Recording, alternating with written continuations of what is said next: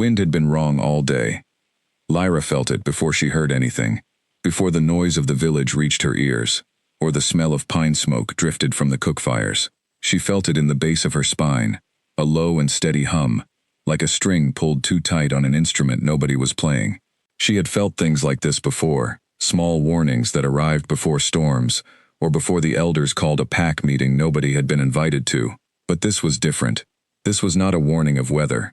This felt like a warning of something that had no name yet. She was standing at the edge of the lower valley, a basket of dried herbs looped over one arm, her dark hair loose, and catching the late afternoon light. The valley of Thornwick sat below Ironvale mountain range, cradled between two ridges, like something the land had decided to protect. It was a modest place, clean, quiet, and entirely invisible to the rest of the shifter world. That invisibility was intentional. The Omega villages along the valley floor had survived for 3 centuries by being easy to overlook. Lyra had spent every one of her 21 years in Thornwick, and she had never once thought that was a problem.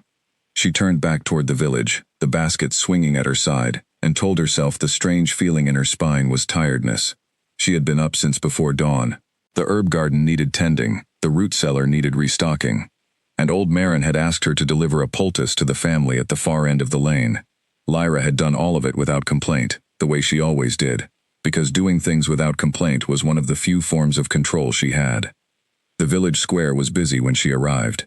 Mothers were pulling children inside for the evening meal, and the older men were seated on the long bench outside the common house, talking about the harvest, the way they talked about the harvest every year, as though the number of root vegetables stored underground was a matter of great national significance.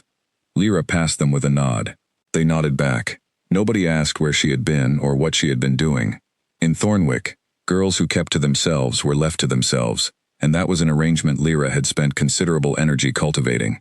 She was almost to her own door when she heard her name called from across the square. Lyra, wait. It was Elder Cord. He was a tall man, thin in the way that old men sometimes become after years of hard winters, with deep-set eyes and a habit of looking at people like he was calculating something he had not yet decided to share. He was walking toward her quickly, which was unusual. Elder Cord did not walk quickly as a rule. She stopped and turned. Elder. There is a message, he said, keeping his voice low enough that the men on the bench could not hear. He reached into his coat and drew out a sealed envelope. The wax on it was dark red and stamped with a mark she recognized immediately, because everyone in every Omega village along the valley floor would have recognized it. 3 interlocking crescents pressed into the seal. The crest of the Ironvale royal house. Lyra did not reach for the envelope.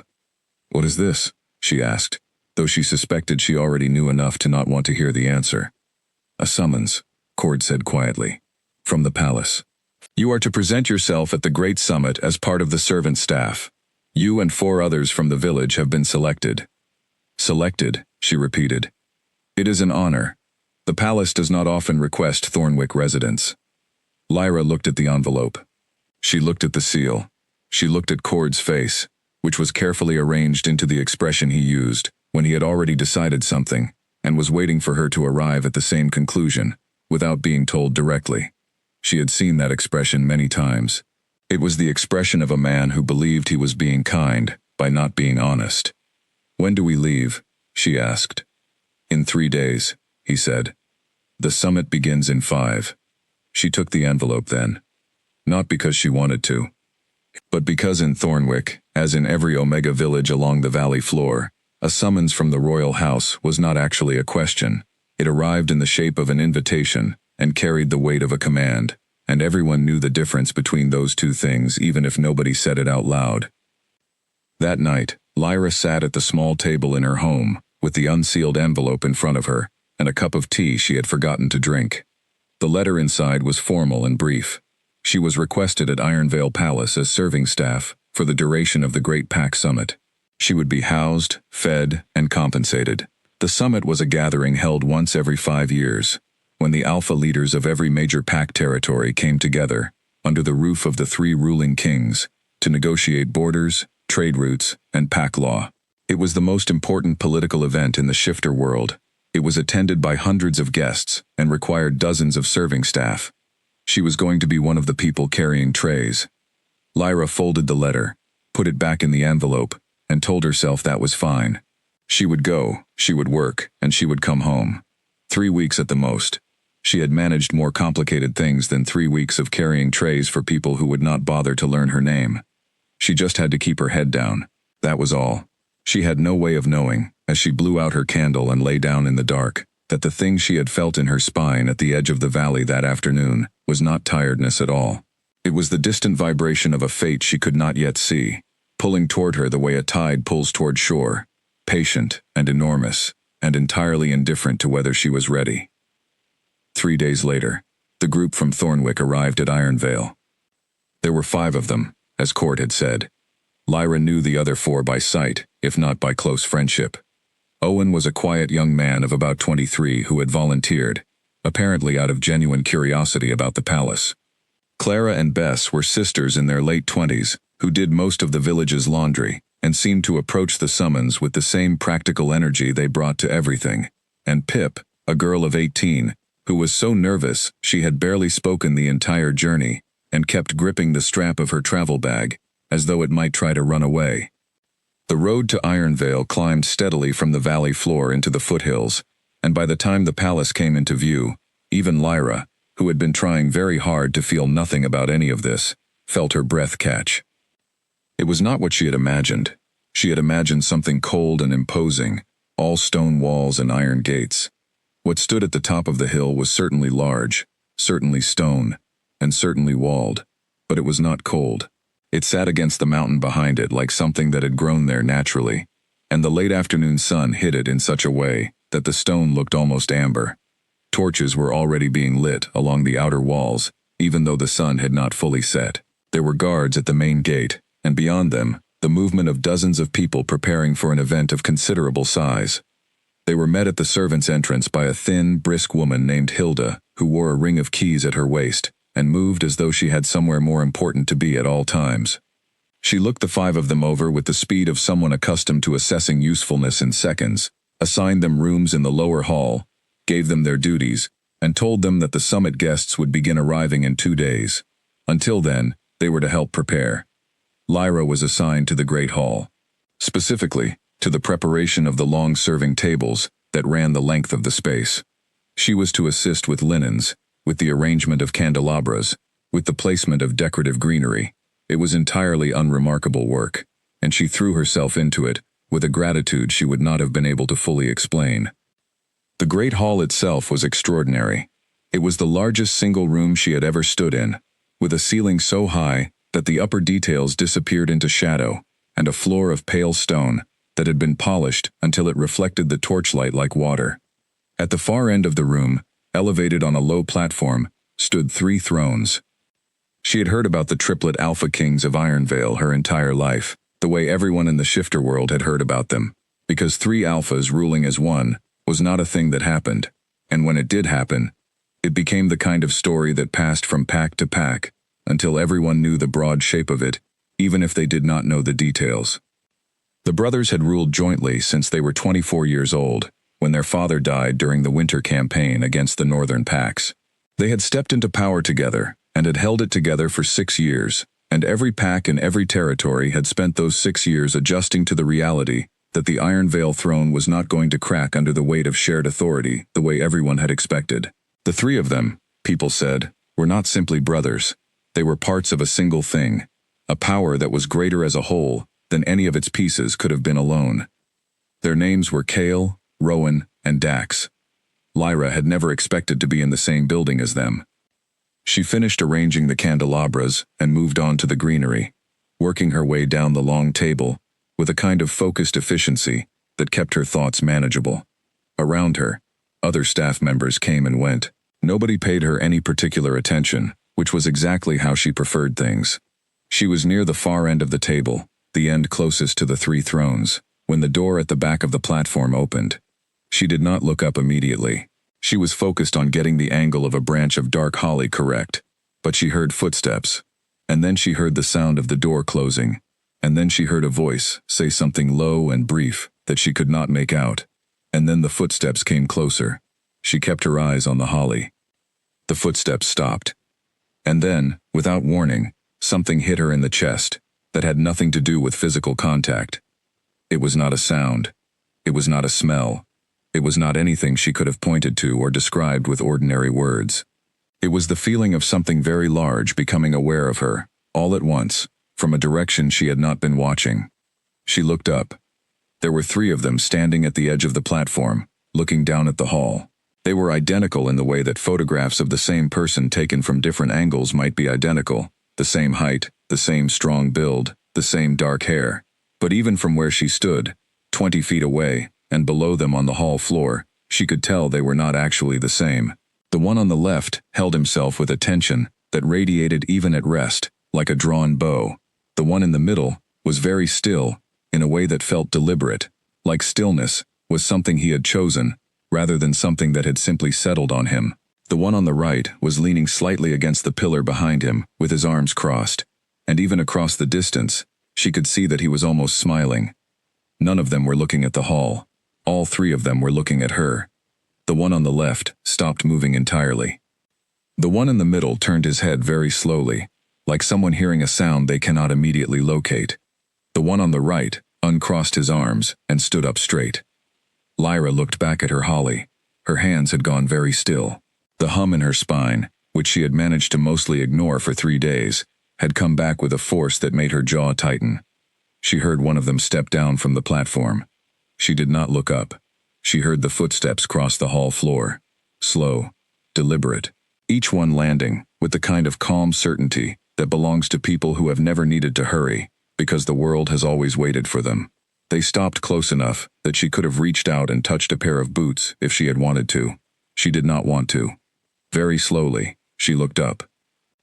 The one standing in front of her was the one from the left, the one who had been tense and drawn. Up close, he was harder looking than she had expected, with a jaw that looked like it had been set in that particular position of controlled anger. For so long it had simply stayed there. His eyes were dark and very sharp, and they were looking at her with an expression she had never seen on anyone's face before. It was not anger. It was not curiosity. It was something closer to the expression of a man who had just found something he had not realized he had lost. He did not say anything. From the platform, she heard one of the other 2 step down as well. From her right, very quietly, someone said, "Kale." The man in front of her, the one she now knew was Kale, said nothing.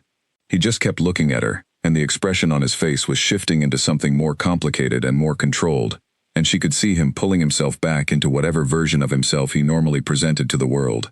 It was like watching a door close in slow motion. "I need to finish this table," Lyra said. Her voice came out steady.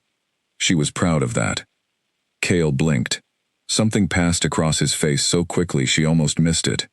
Then he stepped to the side, out of her path, and watched her as she picked up the holly branch and moved to the next position. From the platform, the 3rd brother had also come down, and now all 3 of them were standing at different points in the space around her, like 3 points of a triangle, and the air between them all felt like the air before lightning. Lyra set the holly branch in place. She looked up once, met the eyes of the one in the middle, who was watching her with the careful attention of a man solving a problem he had not yet named.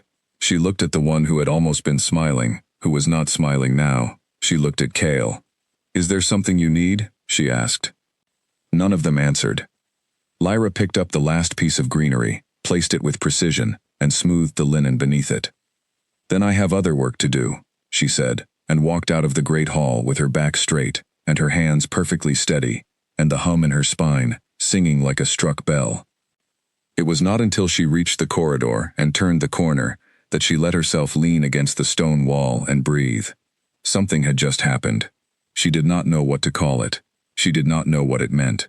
She only knew that the 3 most powerful Alpha Kings in the entire shifter world had looked at her as though the room had stopped existing the moment she walked into it, and she had looked back at them as though they were simply 3 men standing in her way. She was going to have to be very, very careful. The next morning arrived with no mercy. Lyra had not slept well. She had lain in the narrow bed in the lower hall dormitory and stared at the ceiling and told herself, with increasing firmness, that what had happened in the great hall was nothing. 3 men had looked at her, that was all. Men looked at people. It was not unusual. It was not remarkable. She had been tired from the journey, and had read too much into a glance, and in the morning, everything would be perfectly ordinary, and she would carry trays and fold linens, and go home at the end of the summit, exactly as planned. By the time the morning light came through the small dormitory window, she had almost convinced herself. She dressed quickly, pulled her hair back, and went to find Hilda for her morning assignment. The palace had a different energy in the morning. The evening before it had been a place of preparation, of movement and noise, and the controlled chaos of people setting up something large. In the morning, it was a place of purpose. Staff moved with direction. Deliveries were arriving through the loading entrance. Somewhere in the upper floors, Lyra could hear the sound of doors being opened, and conversations beginning that would shape the course of pack law for the next 5 years. Hilda found her before she found Hilda. "You are on breakfast service for the residential wing," Hilda said, appearing at the end of the corridor, with her keys rattling, and a list in her hand. "Second floor, East Corridor. The early guests have already arrived. Knock before entering any room. Do not speak unless spoken to. Do not linger." "Understood," Lyra said. "The palace staff have their own protocol. You are from an Omega village, so you may not be accustomed to it, but you will follow it." Hilda said this without malice, the way someone might note a technical limitation in a tool they were about to use. "Any questions?" "No." "Good." Hilda moved away. Lyra collected a breakfast tray from the kitchen and went to the East Corridor. The morning passed without incident. She knocked, she entered, she set trays down, she left. The guests in the East Corridor were a mix of pack officials and their attendants, and most of them barely looked at her. One older man thanked her. One woman asked her to move the tray to a different table. That was the extent of it. She was what she had intended to be. Invisible, efficient, easy to overlook. She was on her third delivery, a tray for the suite at the far end of the corridor, when she realized she had misread Hilda's list and taken the wrong turn. The corridor she was standing in was not the east wing. The stone was different here, slightly darker, and the torches were spaced farther apart. She stopped, reoriented herself, and turned to go back the way she had come. The door at the end of the corridor opened. Dax walked out. She recognized him immediately, not because she had studied his face the night before, which she had not, she told herself firmly, but because there was a quality to the way the three brothers moved that was specific to them. It was something about the balance of their weight, an ease that came from knowing without question that any room they entered was going to rearrange itself around them. She had not consciously noted this the night before, but she noted it now. He was dressed simply for a king. Dark trousers, a loose gray shirt that had not been fully buttoned, boots that he appeared to still be in the process of pulling on with any real commitment. His hair, which was the same dark shade as his brother's, was not yet fully arranged for the day. He looked like a man who had recently decided to be awake and had not yet committed to the consequences. He saw her. He stopped.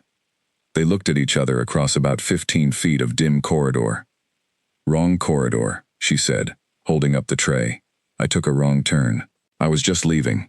He did not answer immediately. He was looking at her the way his brother had looked at her the night before, with that quality of sudden, complete attention. But where Cale's attention had been sharp and controlled and slightly frightening, Dax's was something else. It was open in a way she had not expected, like a window rather than a door. "You're the one from the Great Hall," he said. His voice was lighter than Cale's, not careless, but less weighted. "I work here," she said, "as staff. I was arranging the tables." "I know," he said. A pause. "You didn't seem particularly impressed," he said. Lyra looked at him. "By the tables?"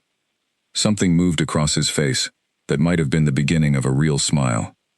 "By the three of us standing in the same room as you, looking like we had just received information of significant personal importance."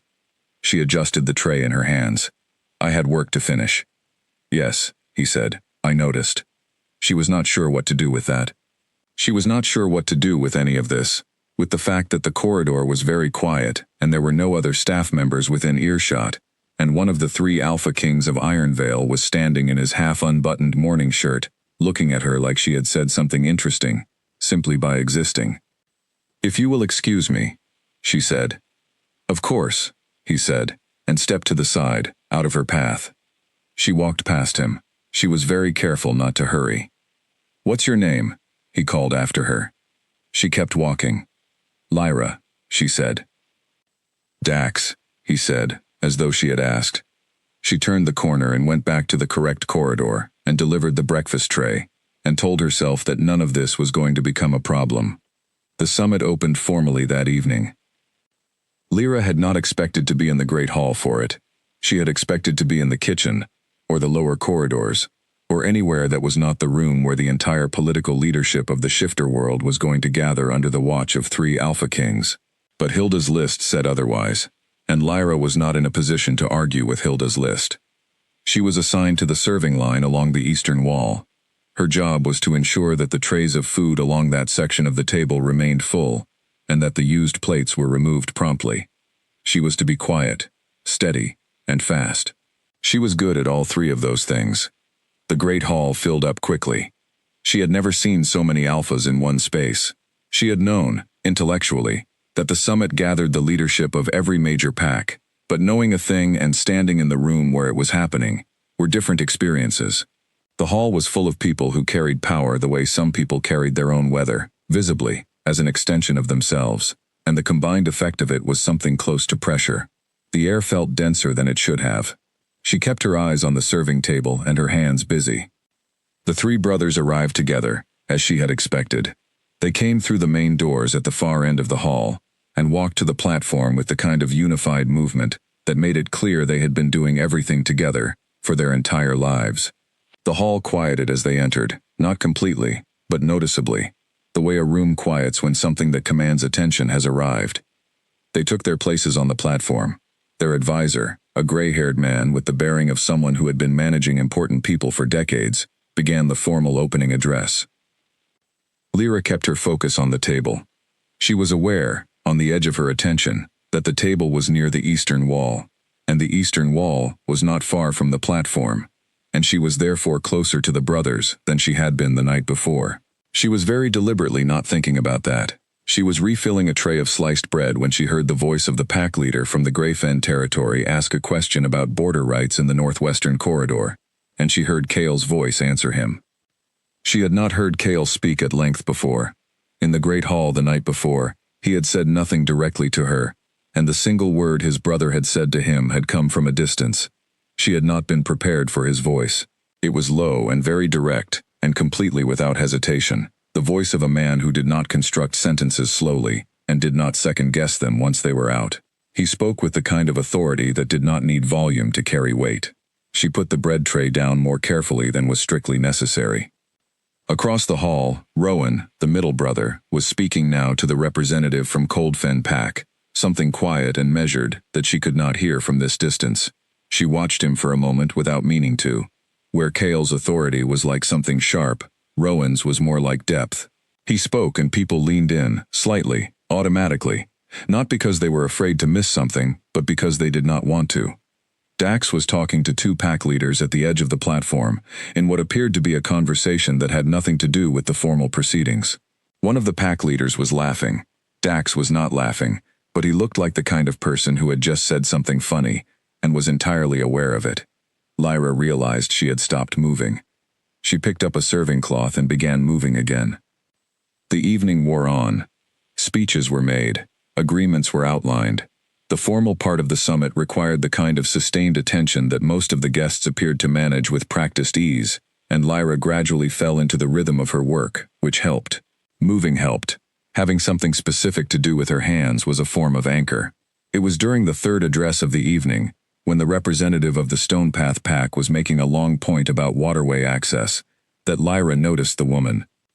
She was seated close to the platform, at the table reserved for the most senior pack guests. She was perhaps 30, dark-haired and elegant, wearing a deep green gown that was clearly meant to be noticed. She was watching the 3 brothers the way a person watches a game they already know the outcome of. Assured, proprietary even. During a pause in the Stonepath representative's address, the woman leaned across to the man seated beside her and said something low and brief. The man nodded. The woman's eyes moved back to the platform, and specifically to Kale, and she smiled at him across the space with the confidence of someone who expected the smile to land. Kale did not return it. He was looking at the eastern wall. It took Lyra a moment to register that.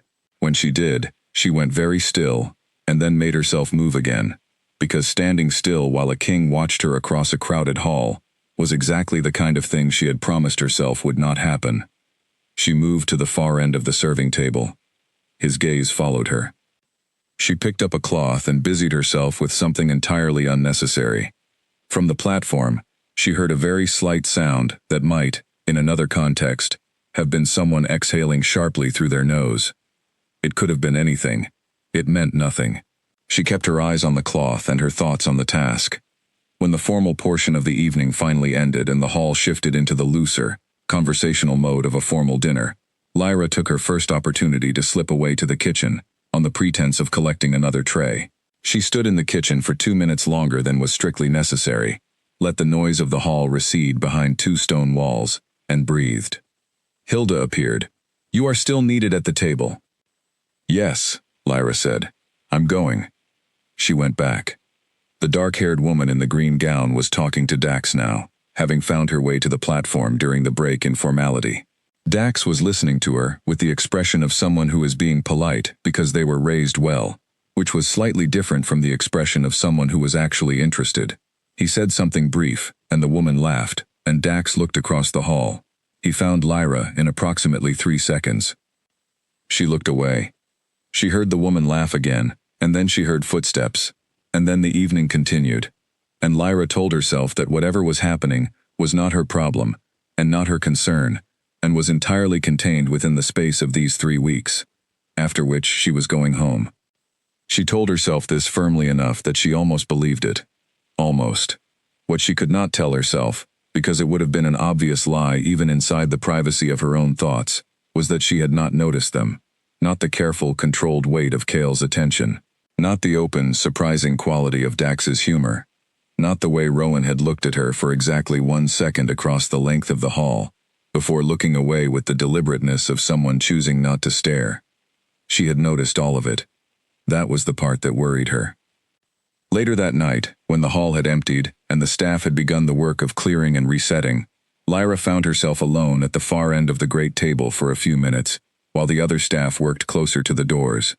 She folded linens in the quiet and let herself think about the evening with something closer to honesty than she had managed while it was happening. The woman in the green gown had come back to the platform 3 times over the course of the evening.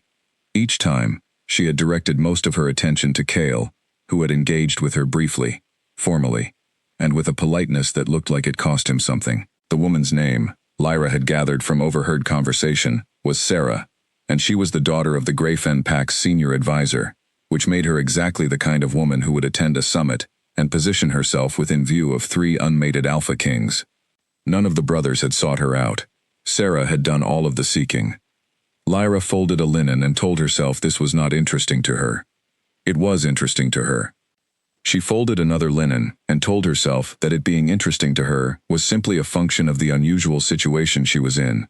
Any person placed near the center of a story this large would find the details compelling. It was human nature.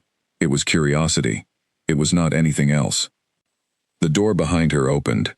She turned, expecting Hilda. It was Rowan. He was still dressed as he had been during the summit, which was formally but without the additional markers of ceremony that the occasion had warranted for some of the guests. He had a book in his hand, and he looked, she thought, like a man who had left a room that had run out of things to offer him, and was simply moving through the palace on his way to somewhere he actually wanted to be. He saw her. He stopped. They looked at each other across the empty length of the great hall, with all the cleared tables between them, and the torchlight low and orange, and the space enormous and quiet. "I thought everyone had gone," he said. His voice was exactly what she had expected from watching him across the hall. Careful, measured, with something underneath it that suggested more thought than the words required. "Almost everyone," she said. "I was finishing the linens." He looked at the folded pile beside her. "Right," he said. He did not leave. He stood at the edge of the hall, holding his book and looking at her, the way she had come to recognize as the specific way the 3 brothers looked at her, that quality of complete and sudden attention. But Rowan's version of it had a quality the others did not quite share. He looked at her the way she imagined people looked at something they were trying to understand, rather than something they simply wanted. "Were you in the hall all evening?" he asked. "Yes," she said. The eastern table. It was not a question. Yes, she said again. A moment. You are very good at making yourself invisible, he said, for someone who is apparently not invisible at all. She was not entirely sure what to do with that. She picked up the linen pile and held it the way she held most things she was uncertain about, like it was something practical she was in the middle of managing. I am going to say something, Rowan said, and you do not have to respond to it. I am saying it because I think you deserve honesty, and because I suspect you are perceptive enough to have already guessed most of it. But hearing it directly is different from guessing. She waited. What happened last night when you walked into this hall, he said, was not ordinary. Not for us. And I am aware that this is not something you asked for, or had any part in creating. What you are feeling, if you are feeling anything unusual, is real. It is not your imagination, and it is not a trick. I am not going to explain it further tonight, because I think that would be too much, and it is late, and you have been on your feet for many hours. But I wanted you to know that we are aware of what this situation means for you, and that none of us intend to make it harder than it has to be. Lyra looked at him for a long moment. What does it mean? She asked. He held her gaze. Get some sleep, he said, not unkindly. We will have time to talk about this. There are days before the real business of the summit begins. He left. Lyra stood in the empty great hall, with the folded linens in her arms, and the enormous quiet of the room pressing in around her, and thought about the word he had used. We.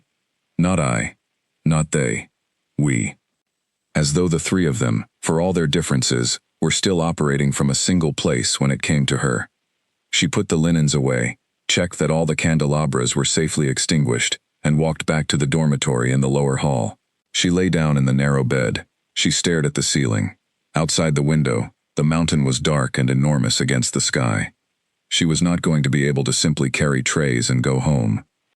She had known this, somewhere in the part of her mind that she preferred not to listen to, from the moment she had looked up in the great hall, and found all three of them looking back at her, with the entire weight of something ancient and enormous pressing through a moment that had no words for it yet.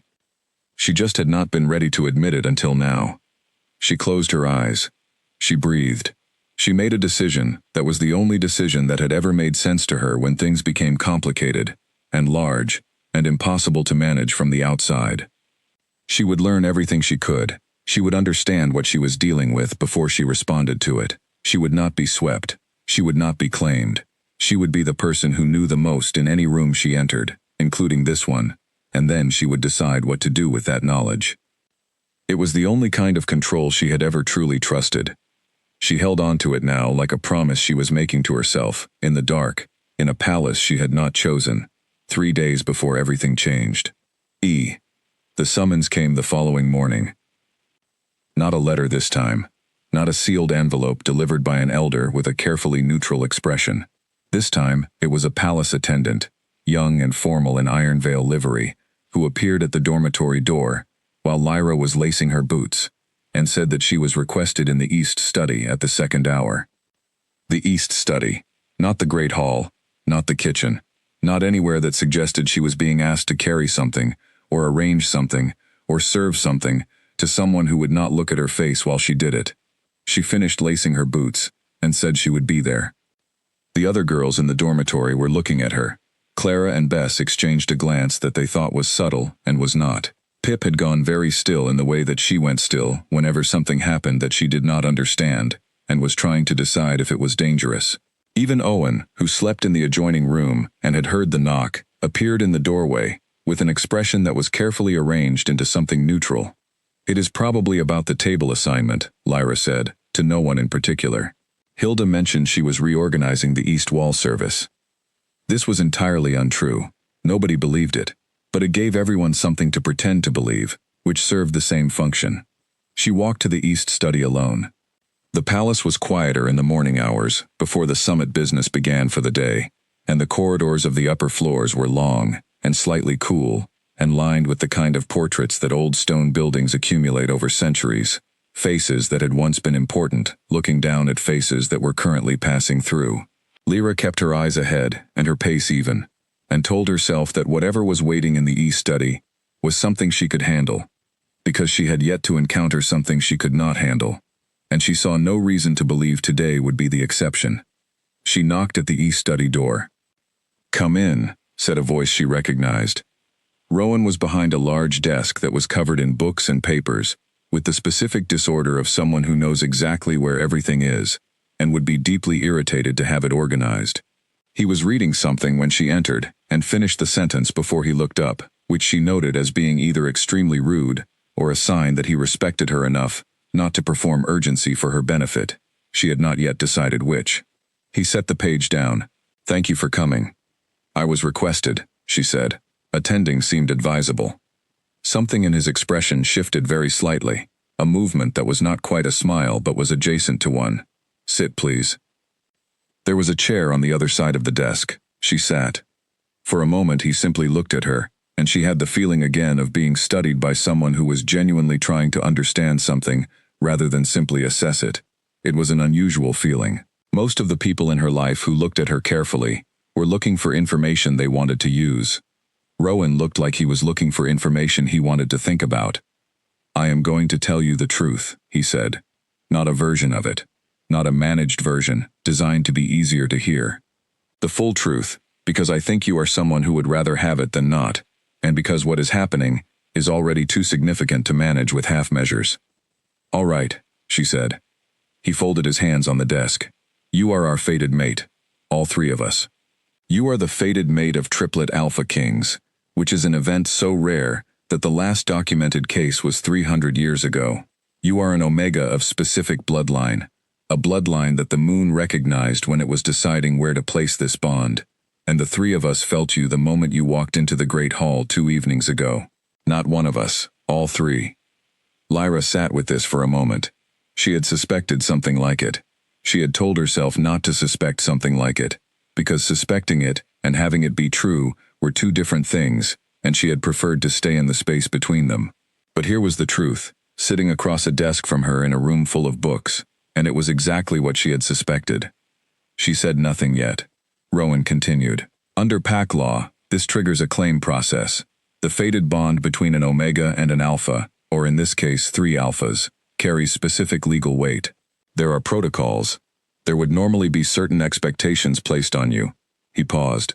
"I am telling you all of this because I want you to understand the full shape of the situation before anyone asks you anything. Not so that you will feel pressured, so that you will not be surprised." "What are the expectations?" she asked. "Formally, you would be expected to accept the bond, to remain at Ironvale, to take the role of fated mate to the ruling kings." He said this simply, without performance. "In practice, we are not going to enforce that." She looked at him. "Are you certain of that?" "Yes. Your brother Cale," she said. He did not look like someone who was not going to enforce something. Rowan was quiet for a moment. "Cale has a complicated relationship with this particular situation," he said. "He will not force anything. What he feels is his own business to explain to you, when and if he chooses. But no, we are not going to use the law to compel you." Lyra looked at the window, at the pale light coming through it, at the mountain framed in the glass like a painting of itself. "I need you to understand something," she said. She said it evenly, because she had spent 21 years practicing evenness as a form of survival. "I was summoned to this palace to carry trays. I had a life in Thornwick. It was not a large life, but it was mine. I have plans for it. I was going to expand the herb garden in the spring. I was going to petition the village council to let me take over the empty workshop on the South Lane and use it as a preparation room for the medicines I make. Small plans, specific plans. Plans that require me to go home at the end of 3 weeks." Rowan listened without interrupting. "I am not," she continued, "an object to be claimed. I am not a piece in someone else's destiny. I do not care what the moon decided, or what the law says, or how rare this is. I am a person with a life, and I am telling you, directly, that I intend to go home." Silence. Then Rowan said, very carefully, "I hear you." "Good," she said. "I am not going to argue with you," he said. "I am also not going to pretend that the situation is simple, because it is not, and pretending otherwise would be disrespecting you. The bond is real. Its implications are real. There are things you do not yet know about what this bond means, beyond the personal, beyond the three of us, that I think you need to know before you make any final decision. I would ask only that you stay for the duration of the summit, which you were already committed to, and let the information come to you in some kind of order before you close any doors. She looked at him. I am not asking you to accept anything, he said. I am asking you to stay informed. Lyra held his gaze for a long moment. He held hers without flinching, which she respected despite herself. Fine, she said. I will stay through the summit. I will listen to whatever information you think is relevant, and then I will make my own decision, and it will be my decision, not the moon's, and not the law's, and not yours. Agreed, he said immediately. She stood. Is there anything else? One thing, he said. Kale wants to speak with you. She looked at the door, then back at him. Today? When you are ready, today or tomorrow. He will not pursue it if you are not ready.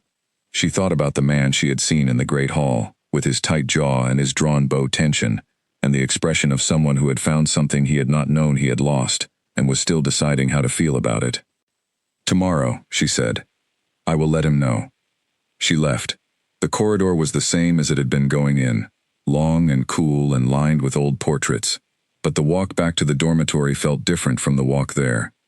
She moved through it, with the specific kind of steadiness that belongs not to ease, but to resolution, to the state of a person who has received difficult information and has decided to carry it without letting it change her posture. The bond is real. Its implications are real. She believed him. She had believed him from the moment he said it, which was irritating. But Rowan had the quality of a person whose honesty was structural rather than performative, and she had learned early in life to tell the difference. The question was not whether the bond existed. The question was what she was going to do about a thing that existed without her permission. That afternoon, the summit resumed its formal business, and Lyra was back at the eastern table, and everything was almost the same as it had been the day before, except that now she knew the full shape of the situation, and could therefore stop spending energy on not knowing it. This was useful. It turned out that knowing something, even something large and unwelcome, was less exhausting than the state of half knowing it. She worked with better focus. She was faster at the table. She was, by any external measure, doing exactly what she had come to do. The only difference was that now, when she felt the weight of attention from the platform, she did not spend energy wondering what it meant. She knew what it meant. She filed it in the category of things that were true and not her fault, and kept moving. Dax found her during the afternoon break. He came to the eastern table while she was refilling the water pitchers, with no evident purpose for being at the eastern table, and stood at a slight distance in the way of someone who had decided that direct approach was not currently the right strategy. Rowan told us about the conversation, he said. She picked up the next pitcher, and I think you were entirely reasonable, he said. She looked at him. He looked back at her with that open quality she had noted the day before, and she searched it for the performance of openness, for the kind of managed honesty that people who wanted something usually deployed when direct methods were not available. She did not find it. That did not necessarily mean it was not there. But she did not find it. Thank you, she said. I also want to say, he said, that I am sorry you were put in this position without any warning. You came here to do a job. That's it. The rest of this landed on you without your consent. That is not a small thing. She set the pitcher down and looked at him properly. You are the first person to say that. It seemed like the obvious thing to say, he said. I realize it does not fix anything. No, she agreed. It doesn't. He nodded. Then, after a moment, the herb garden, in the spring. She stared at him. Rowan told us what you said this morning. You mentioned an herb garden you were going to expand. She had mentioned it, as a way of illustrating that she had a life she intended to return to. She had not expected any of them to remember the specific detail. What kind of herbs? He asked. She looked at him for a moment, trying to read the question. It appeared to be a genuine question. He appeared to be genuinely asking. Medicinals mainly, she said. Some culinary. I make medicines for the village. We are 2 days from the nearest proper healer, so I fill in where I can. He was quiet for a moment. My mother was a healer, he said. Before she became the queen, she grew things in every available surface of the palace. Kale used to trip over the pots on the stairs. A pause. She has been gone for 11 years. The pots are still in the storage room, because none of us can bring ourselves to move them. Lyra did not know what to do with that. It was not what she had expected him to say. I am sorry, she said. So am I, he said. He picked up a pitcher from the table, very slightly out of place, and set it straight. The pots are apparently good ones, very well made. She bought them from a market in the river territory, 30 years ago. If you ever want them, for your herb garden, they are available. He walked away before she could answer. She stood at the eastern table with the water pitcher in her hands, and thought that she had prepared herself for a great many things when she walked into this palace. She had prepared herself for power, and for law, and for the weight of something she had not chosen.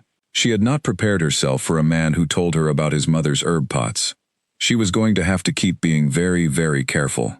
The problem was that careful was getting harder every hour. The meeting with Kale happened the next morning.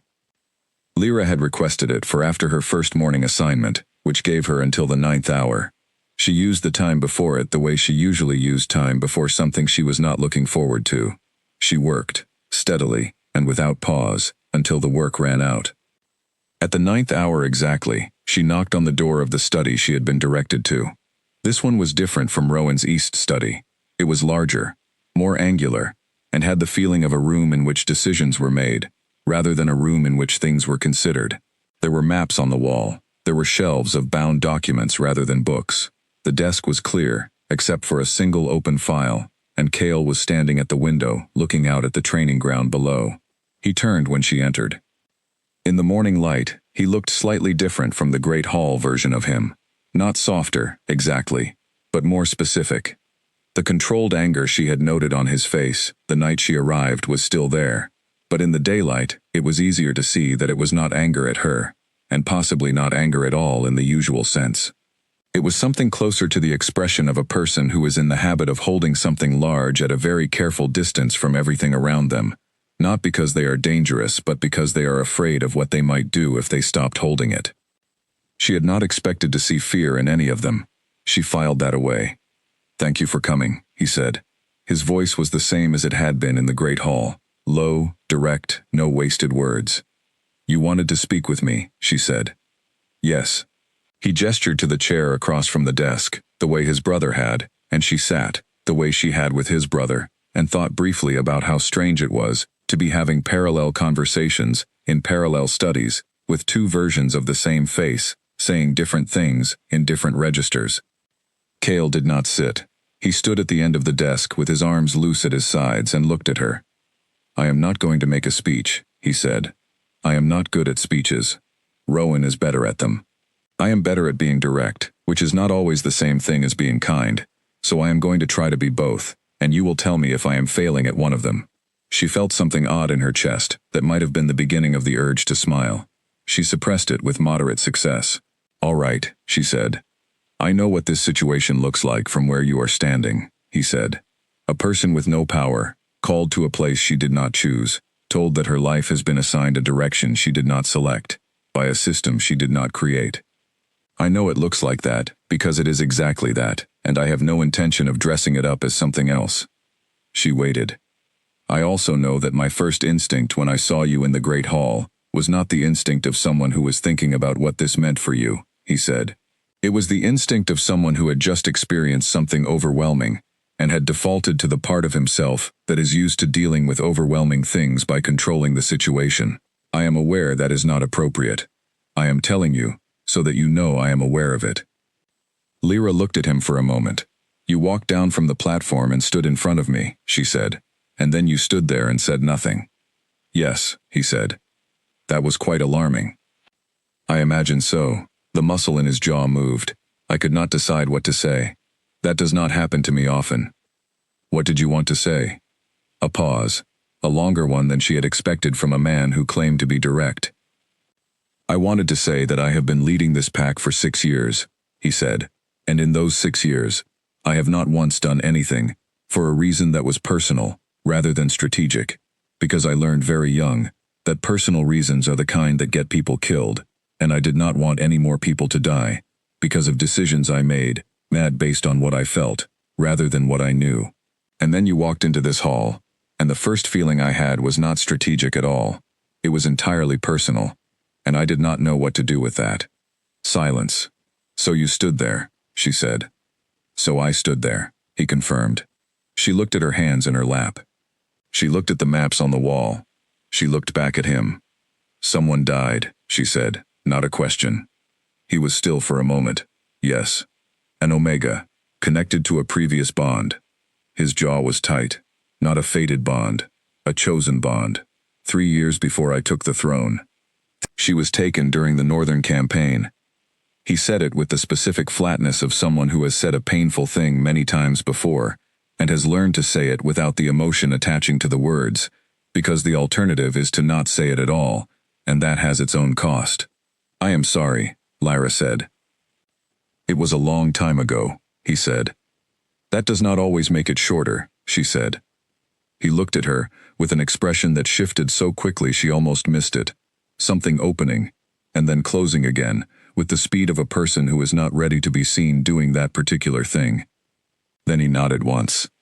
"I am not going to use what I feel to place any expectation on you," he said. "I want that to be clear. I am telling you this because Rowan said you deserved honesty, and Rowan is usually right about what people deserve. But I am not telling you so that you will feel obligated to respond to it in any particular way." "Understood," she said. "If you choose to go home after the summit," he said, "we will not stop you." Rowan said the same. "We spoke about it." He looked at the window again, briefly. Dax also agreed, in case you were wondering. "I had gathered," she said. A small silence. "The herb garden," he said suddenly. She stared at him. "Dax told you as well?" "Dax mentions things," Cale said. His tone was not quite exasperated, and not quite fond, and landed somewhere between the two, which was possibly the clearest window into their relationship that she had been offered. "What kind of medicines do you make?" She told him. She was not entirely sure why.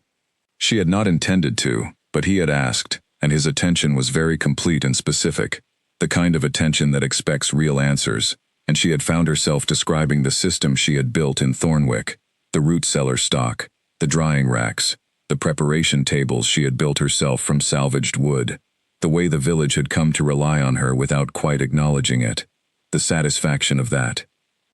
He listened.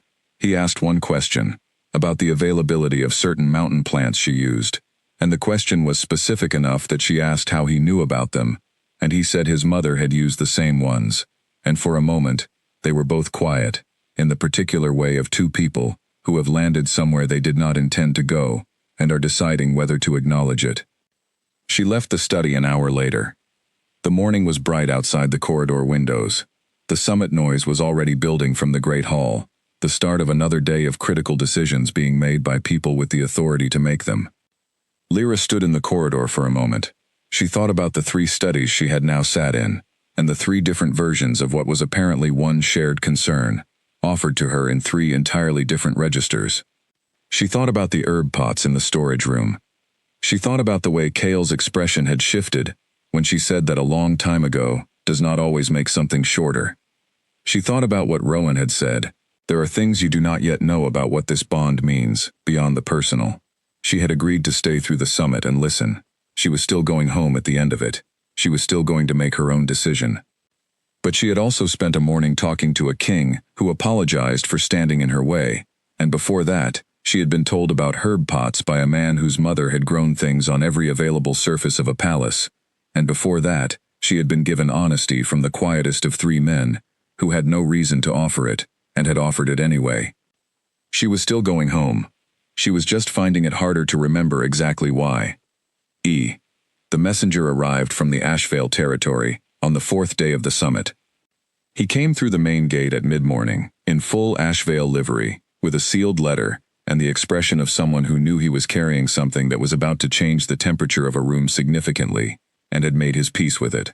He was escorted by 2 palace guards to the primary receiving office, where the brothers' senior advisor, a careful man named Edmund who had been managing the operational machinery of the Iron Veil throne for 20 years, opened the letter, read it, and went immediately to find Cale. Lyra did not know any of this when it happened.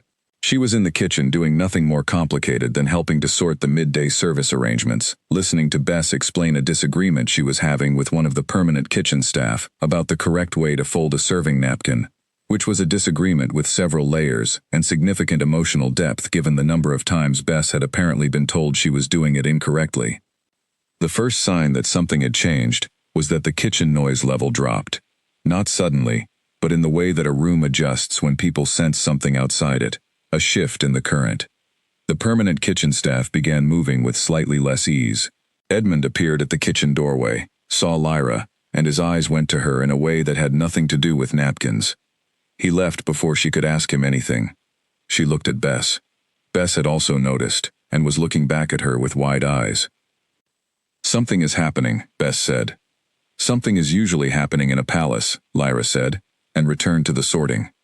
But she knew, in the part of herself that she had learned to pay attention to, that this was different. She found out what it was 2 hours later, not from Edmund, and not from Hilda, and not from any official source, but from Owen, who had been assigned to the message-receiving corridor that morning, and had been positioned near enough to the receiving office to hear, through 2 doors, the voices of the 3 brothers in conversation with their advisor. Owen found her at the eastern table during the brief quiet of the afternoon, and told her what he had heard. The Ashvale Syndicate. That name she knew, the way everyone in the shifter world knew it, because the Ashvale Syndicate was the kind of power that did not need to be discussed constantly, to be present in every conversation. They were the second largest territory in the Continental Pact system, and they had spent 50 years acquiring that size through methods that the Ironvale House had spent 50 years opposing. They were not at this summit. The Ashvale Pact leader had not been invited, and the reason he had not been invited had been a formal diplomatic tension for 3 years. The letter that had arrived, Owen said, was a formal declaration. The Ashvale Syndicate had learned of the fated bond. Lyra did not ask how. It did not particularly matter how. The summit was full of Pact officials and their attendants, and the flow of information in a gathering of that size was impossible to completely control. Someone had heard something or noticed something or had been watching the 3 brothers watch the eastern table with the specific quality of attention that was now, she supposed, easier to read if you knew what to look for.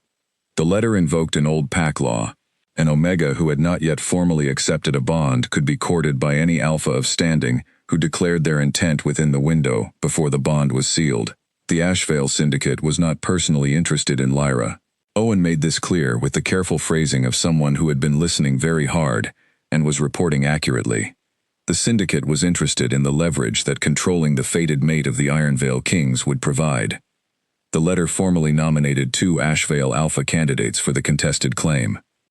If Lyra did not accept the Ironvale bond and did not accept the Ashvale candidates, she would become, under the specific technicalities of the old law, what was termed a bond-refused Omega, which carried its own set of legal consequences that Lyra suspected she was not going to find pleasant.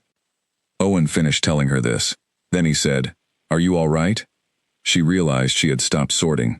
She was standing at the table with a folded napkin in her hands, and an entirely still expression that apparently read as, "not all right" to someone who knew her.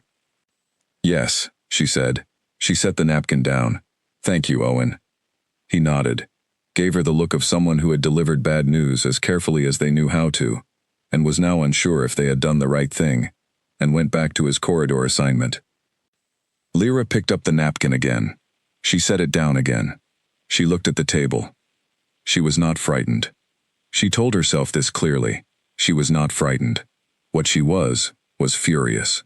There was a difference, and knowing the difference was important, because fear could be managed if you named it correctly, and fury could be useful if you directed it correctly. The Ashvale Syndicate had looked at the news of her existence and had seen an asset, a lever, a way to exert pressure on 3 kings through the body of one woman who had done nothing to any of them, and whom they had no reason to target, except that she happened to be fated to men they wanted leverage over. She had been summoned from Thornwick to carry trays. Now she was the subject of a diplomatic letter. She found Edmund before he found her.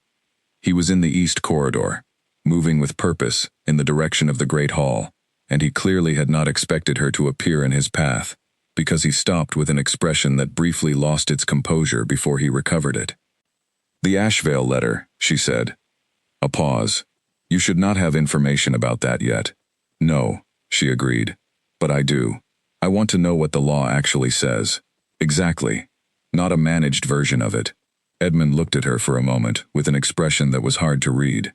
He was, she thought, a man of considerable intelligence who had spent 20 years in service to people with considerable power, and what she could see in his face was the specific calculation of a person assessing whether honesty or management would serve better in this particular moment. "Come with me," he said. He took her not to the Great Hall, and not to any of the studies she had visited, but to the archive room at the far end of the East Wing, which was a small, densely packed room of bound volumes that smelled of old paper and the particular kind of dust that accumulates in places that are used frequently by very few people. He found the volume he wanted without hesitation, opened it to a marked page, and set it in front of her. She read. The law was called the Contested Claim Provision. It dated from the early settlement period, when pack law was being written in real time by people dealing with real conflicts, and it had the quality of something written to solve a specific problem that had arisen, rather than something theorized in advance. It was clear. It was specific. And it was, as Owen had summarized, essentially a mechanism by which an unmated omega could become the subject of multiple competing claims if the original bond claim was not formally accepted within a set time frame. The time frame was 21 days from the date of formal bond recognition. She had arrived at the palace 6 days ago. She had 15 days. "What happens," she said, keeping her voice steady, "at the end of 15 days, if I have not accepted any of the claims?" Edmund did not immediately answer. "Edmund," she said. "The law describes it as bond abandonment," he said. "An omega who refuses all formal claims within the time frame is classified as having abandoned the bond." Under the old law, this classification carried specific legal limitations. In practice, it meant the omega was placed under the administrative protection of the nearest senior pack authority, which in modern terms would mean Iron Veil, and would remain there indefinitely. "That is not protection," Lyra said. "That is imprisonment with a different name." "The law was written in a different time," he said. "The law exists now," she said. "In this time." He closed the book. "Yes," he said, "it does." She stood in the archive room and looked at the shelves around her and thought about the distance between Thornwick and the palace, 2 days' travel, a specific and concrete number she had held as a kind of comfort since she arrived. In 15 days, if nothing changed, that distance would stop mattering. She would not be going home. She would be classified under a law written before she was born as something that required administrative protection, and the administrative protection would be provided by the palace she was already inside. She was not going to let that happen. She walked out of the archive room and down the east corridor and up the stairs to the floor, where she knew the 3 brothers took their evening meeting before dinner. She had learned the geography of the palace quickly, as she learned most things, methodically, and without announcing that she was doing it. She had not planned to use that knowledge today, but today had decided not to wait for plans. She knocked at the meeting room door. There was a pause. Then Cale's voice said, "Come in." She opened the door. All 3 of them were there. Cale was standing. Rowan was at the table with the Ashvale letter in his hand. Dax was by the window, which was where she noticed he tended to go when he was thinking about something he did not want to show on his face. They all looked at her with the combined weight of 3 people who had been in the middle of a conversation about her and had just had her walk into the room, which was exactly as awkward as it sounded. "I read the contested claim provision," she said. A silence. "Edmund was very helpful," she added. Cale made a sound under his breath that was not quite a word. "I have 15 days," she said, "and I want to know everything, not a staged version of it delivered in installments designed to be manageable. Everything. Tonight. What the Ashvale Syndicate actually wants, what the legal options are, what happens if we do nothing, and what you 3 are planning to do about this, because I can tell from the way you are all standing that you are already planning something, and I am the subject of it, which means I should be in the room."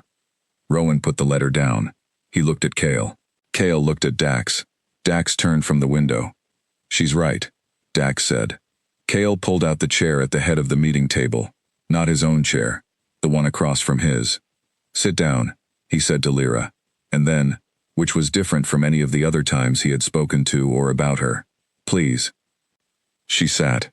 The 3 brothers arranged themselves around the table, and Edmund was summoned, and the door was closed. And for the first time since the beginning of the summit, Lyra was not on the other side of a door from the conversation that was about her. She opened the notebook she had pulled from the dormitory room on her way up. the one she kept for herb preparations and medicine notes, and the small logistical plans of a person who managed things alone.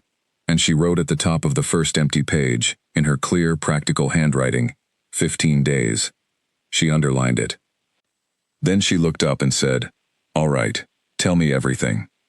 What followed was the longest evening of Lyra's life.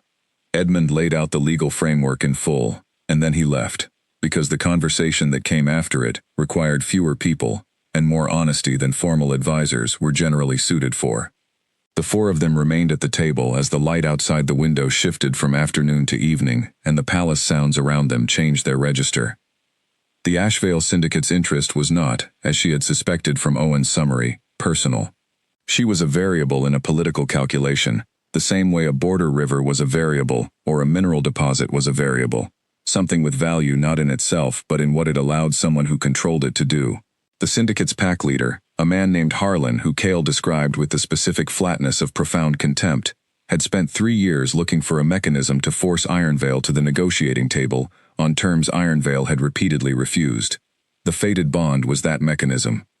If the syndicate could legally claim Lyra through the contested claim provision, they would have a lever over the three brothers that could not be simply outmaneuvered or diplomatically managed. The bond pull was real.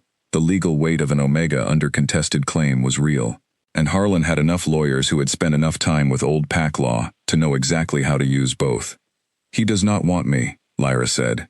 "He wants the effect I have on you." "Yes," Rowan said. "Which means that this works only if the bond already has enough pull on the three of you to make it a credible threat," she said. A pause. "It is a credible threat," Cale said. He said it the way he said everything, directly and without apology for the content. "What we feel is real. It would be dishonest to pretend that Harlan is wrong about what the bond means." Lyra looked at him. She looked at Rowan. She looked at Dax, who was back by the window, leaning against the wall with his arms crossed, and his expression in a configuration she had not seen before, serious, in a way that had nothing of the dry humor she had noticed in him. "Then we have a problem," she said. "We have a problem," Dax agreed. He was looking at her steadily. "And I want to say something that I need you to hear clearly. The fact that this puts you in danger is not something we will accept. Whatever decision is made about this, it will not be made on terms that leave you without protection or options. That is not negotiable for any of us." "I do not want your protection," she said, not sharply, simply. "I know," he said, equally simply. "But you are getting it anyway, because Harlan is not a person who responds to the concept of individual sovereignty, and we are the only thing currently standing between you and his lawyers." She looked at the notebook in front of her. 15 days, underlined. "What are the options?" she asked. Rowan had clearly already mapped them. He did so now, laying out the possibilities with the organized clarity of a man who had spent the afternoon thinking, while everyone else had been in the early stages of panic. The options were: 1. She formally accepted the Ironvale bond before the 15 days expired, which sealed the claim and made the contested provision legally moot. 2. The brothers found a legal challenge to the provision itself, which Edmund had already indicated would take longer than 15 days, and had uncertain outcomes. 3. There was a third option that Rowan described last, and with a specific careful quality, that told her he had thought about how to phrase it. There was an old legal mechanism called the Sovereign Omega Declaration, available only to an Omega of confirmed prophecy bloodline, which granted 30 days of full autonomous legal status, during which no claim could be pressed by any party. "What is the prophecy bloodline?" she asked. They looked at each other. "That," Rowan said, "is the part I mentioned when I told you there were things about this bond that went beyond the personal." She set her pen down. "Tell me." Rowan was quiet for a moment. Then he said, 300 years ago, the foundation of the current pack world was sealed. The expansion into the mountain territories, the formal establishment of the sovereignty agreements, the end of the old wars. Most of what we have now, the stability, the trade, the legal framework, came from that period. What is not in most histories is that the stability was not simply political. There was a binding, a specific joining of power through a triple bond. The last time triplet alphas existed in a ruling house, they bonded with a specific omega of a specific bloodline, and the energy of that bond was used to seal something beneath these mountains that had been threatening the pack world for a century before that. The room was very quiet. The seal has been weakening, he continued. Not catastrophically, not yet, but measurably, over the past 50 years, in ways that our scholars have been tracking, and that most of our political decisions have been quietly shaped around. The deterioration accelerates with each generation that passes without a renewal of the original bond. Lyra looked at him. And the omega of a specific bloodline, she said. Is you, he said. Yes. She sat with this. She sat with it for a long time. Outside the window, Ironvale Mountain was going dark against the sky, its enormous shape losing definition as the light failed, becoming simply a mass, a presence, something too large to see clearly from this close. That is why I was recognized, she said. The bond. That is why it found me. We think so, Rowan said. We have thought so since the moment we felt it. What activated at the summit the night you arrived was not random. It was recognition. The bond responding to the specific thing it had been waiting for. I was carrying a basket of herbs, she said. Yes, Dax said, from the window. The universe is occasionally undramatic about its most important moments. She looked at him. He looked back at her with an expression that was still serious, but had the faint warmth at the edges, that she was coming to recognize as the way he looked when he was trying to be honest and gentle at the same time, which was not a combination she had expected from an alpha king, and which was therefore the most disarming thing about him. I need to think, she said. Of course, Rowan said. I need to think alone, tonight. And tomorrow, I am going to go to the archive room and read everything you have about the seal, and the original bond, and the bloodline. And I am going to do that myself, without being managed, or guided, or given selected portions. Edmund will give you full access, Rowan said, without hesitation. And I need the three of you, she said, to understand something, while I am doing all of that. This situation is large. I understand that. What is at stake is large, I understand that too. But I am still a person, not a solution. I am still someone who had a life that was her own, before any of this existed, and whatever decision I make will be made because I chose it, not because I had no other option, not because I was frightened into it, not because the law backed me into a corner and the only door left was this one. Is that understood? She looked at each of them in turn. Kale, Rowan, Dax.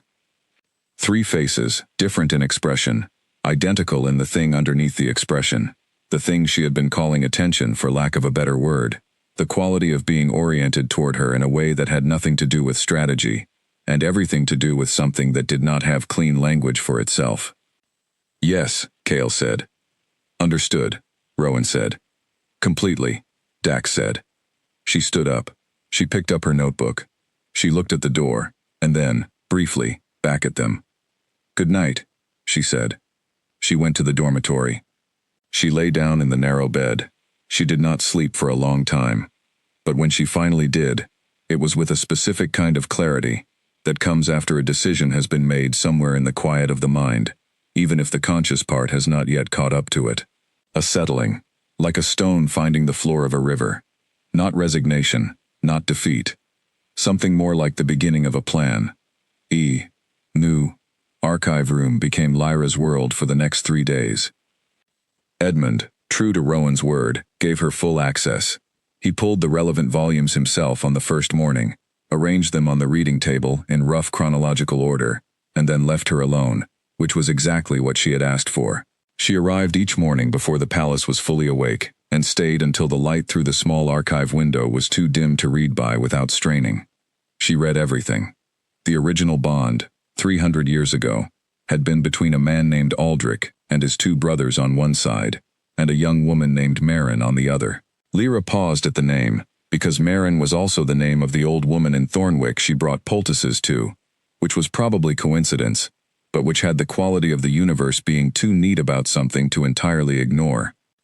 The historical accounts were inconsistent in their details, as historical accounts tended to be when the people writing them had not been present for the events they described, but the broad shape of what had happened was consistent across multiple sources. The 3 brothers and Marin had bonded during a period of significant danger, when something the old records called the deep corruption had been spreading through the mountain territories, destabilizing pack bonds, causing wolves to lose control of the shift, driving some mad, and leaving others unable to shift at all. The seal had been created as a containment.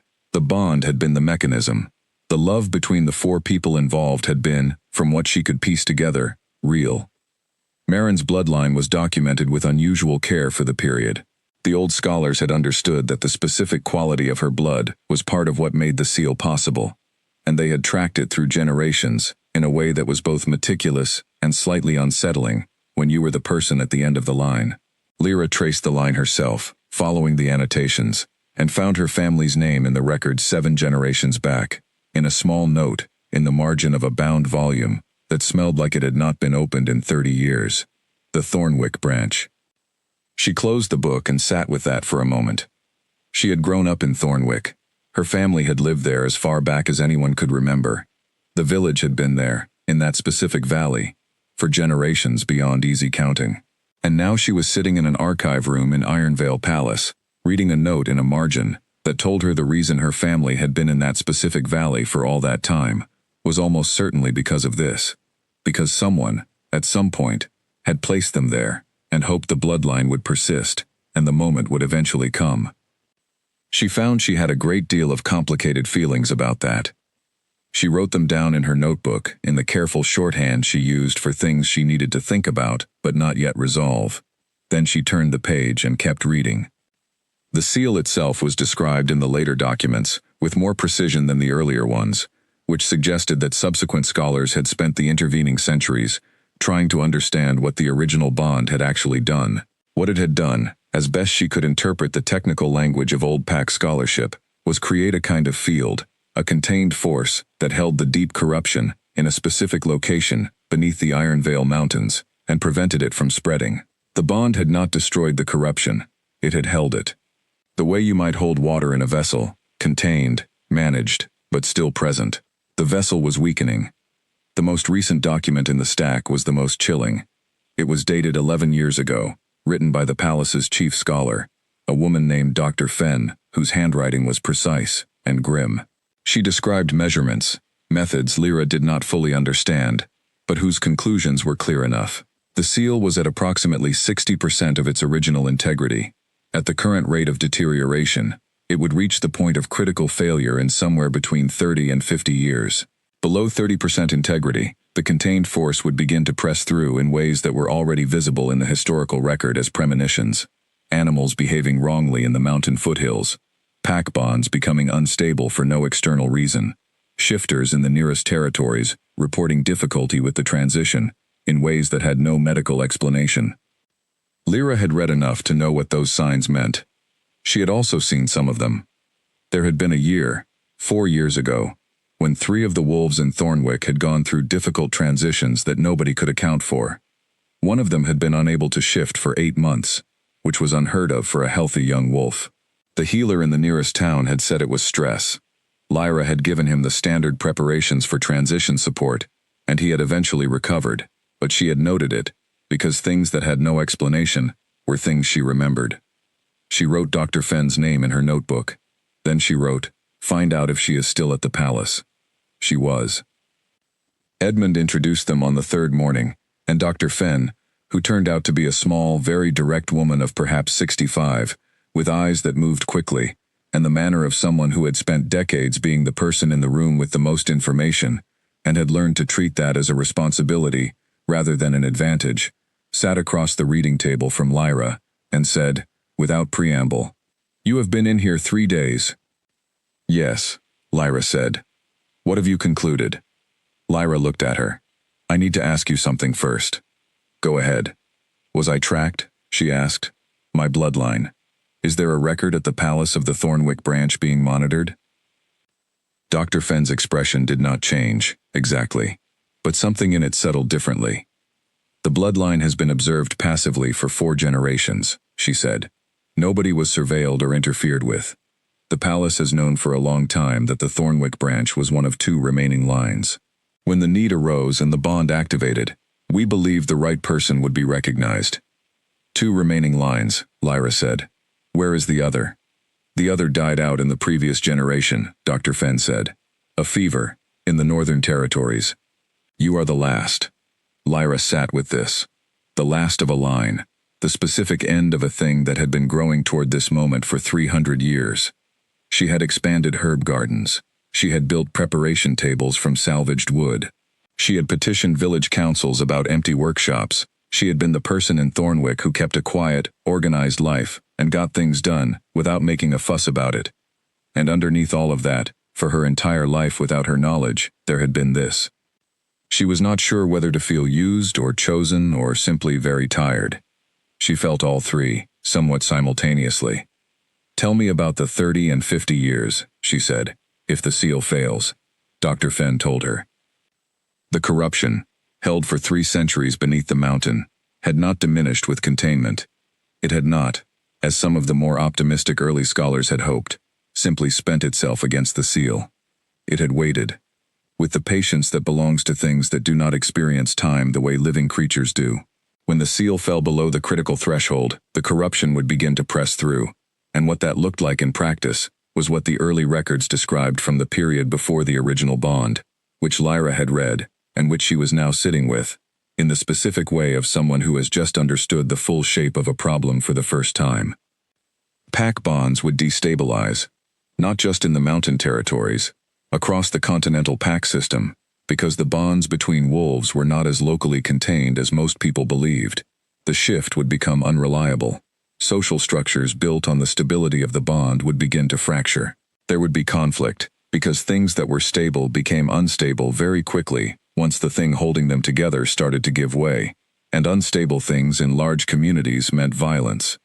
Not immediately, not in one dramatic moment, gradually, terribly, over years. And a new bond would stop this, Lyra said. A new bond of the right configuration. Yes, Dr. Fenn said. The original bond did not need to be remade exactly. It needed to be renewed in kind. Same bloodline, same triple alpha bond. The seal would recognize it. The integrity would restore. How certain are you? 91%, based on the theoretical models, Dr. Fenn said. The remaining 9% accounts for variables we cannot fully control, including the fact that we have not attempted this renewal before, and are working partly from historical record. Lyra looked at the reading table, the stacked volumes, her notebook with its pages of careful handwriting, its underlined headings, its margin notes that were really questions she had not yet answered. "Thank you," she said. "You are handling this very well," Dr. Fenn said, in a tone that suggested she had expected Lyra to handle it well, and was confirming the prediction, rather than offering surprise. "I have not decided anything yet," Lyra said. "I know," said Dr. Fenn, "but you are the kind of person who decides on evidence rather than on feeling, and you are now in possession of the evidence. The decision will come when it comes." She stood. "I will be in the laboratory in the East Tower if you have further questions. Edmund knows the way." She left. Lyra sat alone in the archive room for a long time. She was not going to be swept. She had told herself this many times, in many formulations, since she arrived. She was not going to be swept by the weight of 3 men's attention, or by the law, or by the political maneuvering of a hostile syndicate, or by the voice in the back of her mind that had been speaking quietly since the moment she looked up in the great hall and found all 3 of them looking at her. But she was also not going to pretend that evidence was not evidence.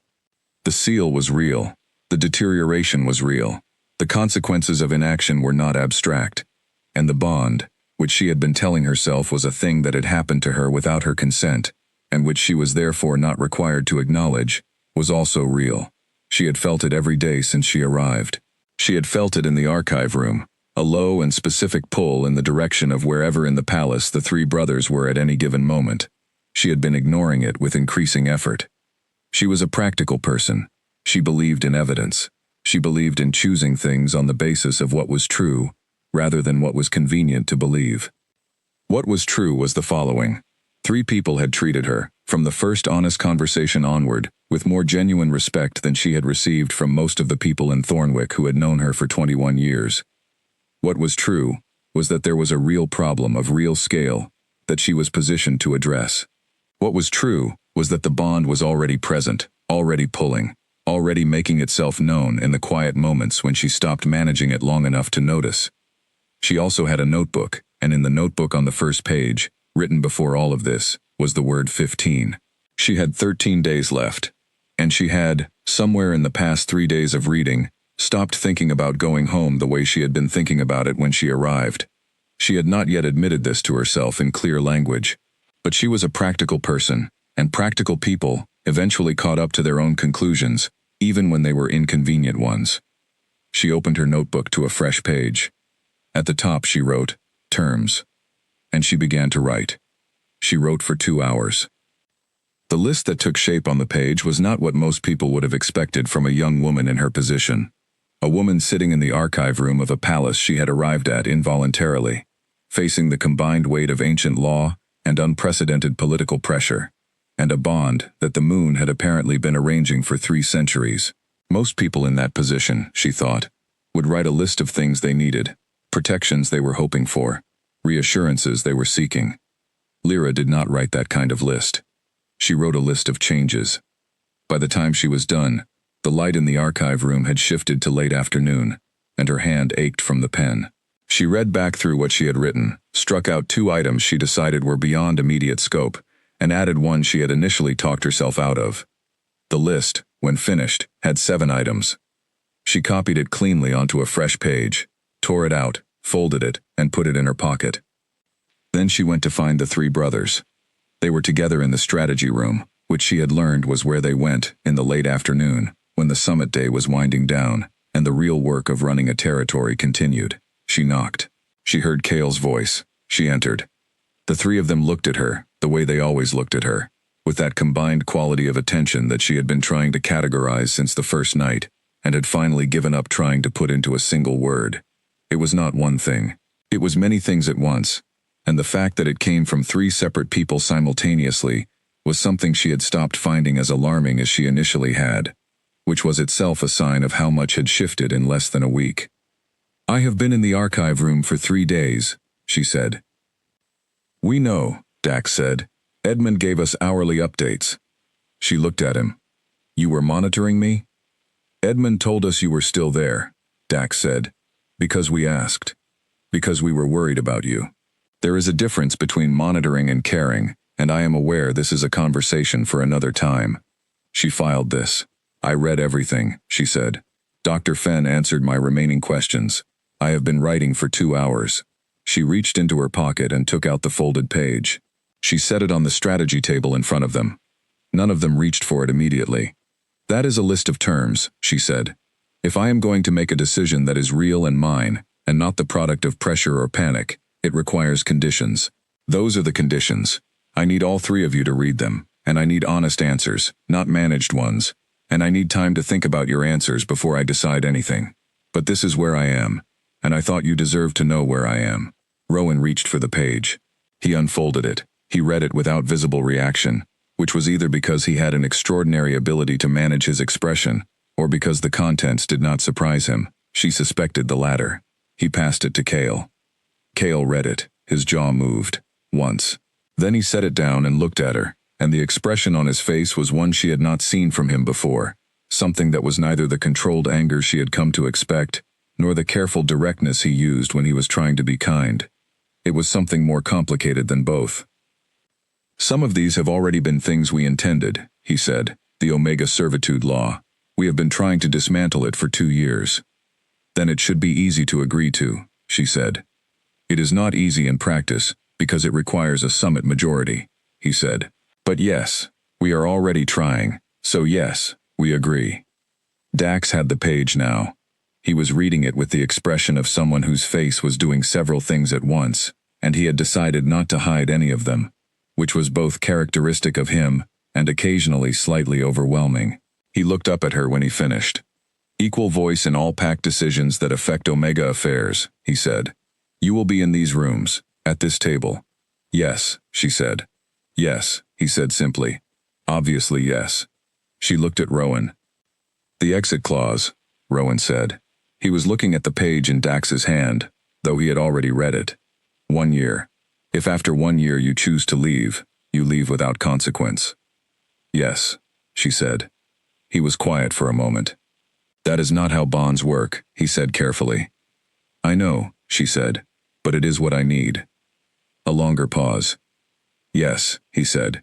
If that is what you need, then yes. She had expected negotiation on that one. She had prepared for it. The absence of it was something she was not sure what to do with, so she did what she always did, with things she was not sure what to do with. She set them aside to process later, and kept moving. There are 7 items, she said. I am not asking for all of them to be resolved tonight. I am asking for them to be real commitments, not political gestures. When I come back with my decision, I want to be able to tell myself that what I agreed to was based on what was actually offered, not on what was said in a room under pressure. We understand, Rowan said.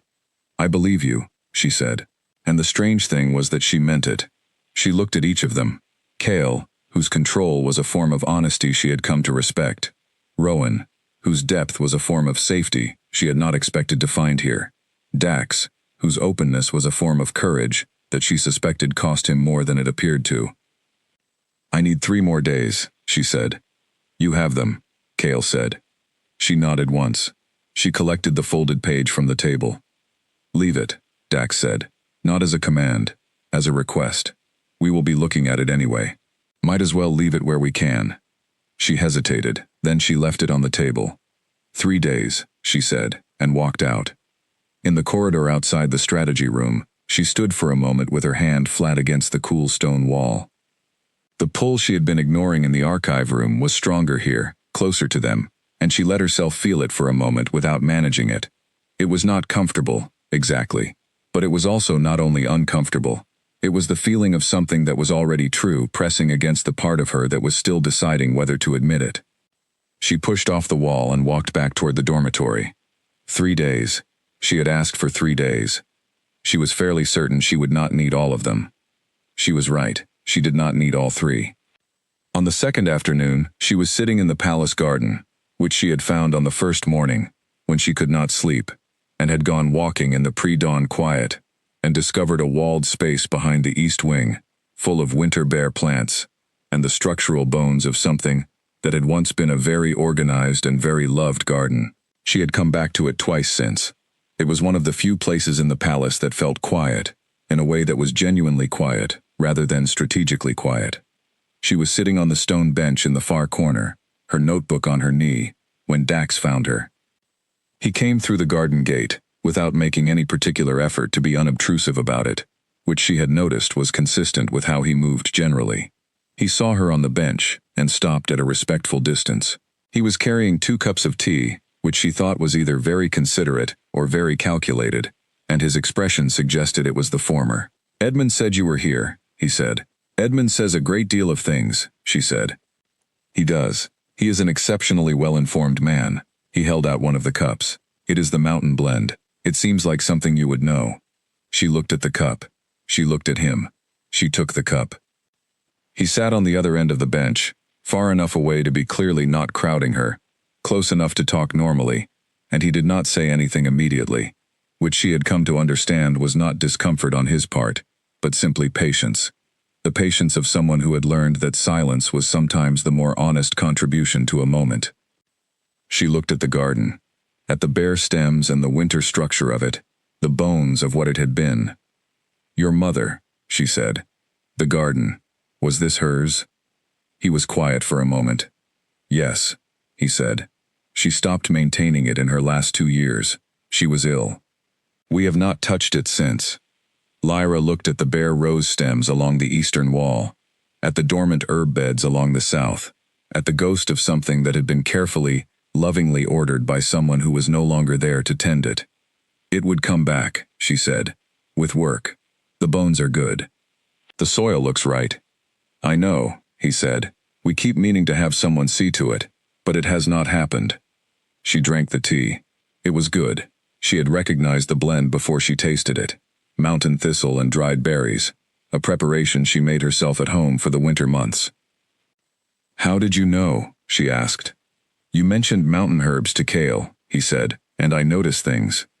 She looked at the middle distance and thought about the kind of person who notices things and then uses what they notice to be kind rather than to get what they want.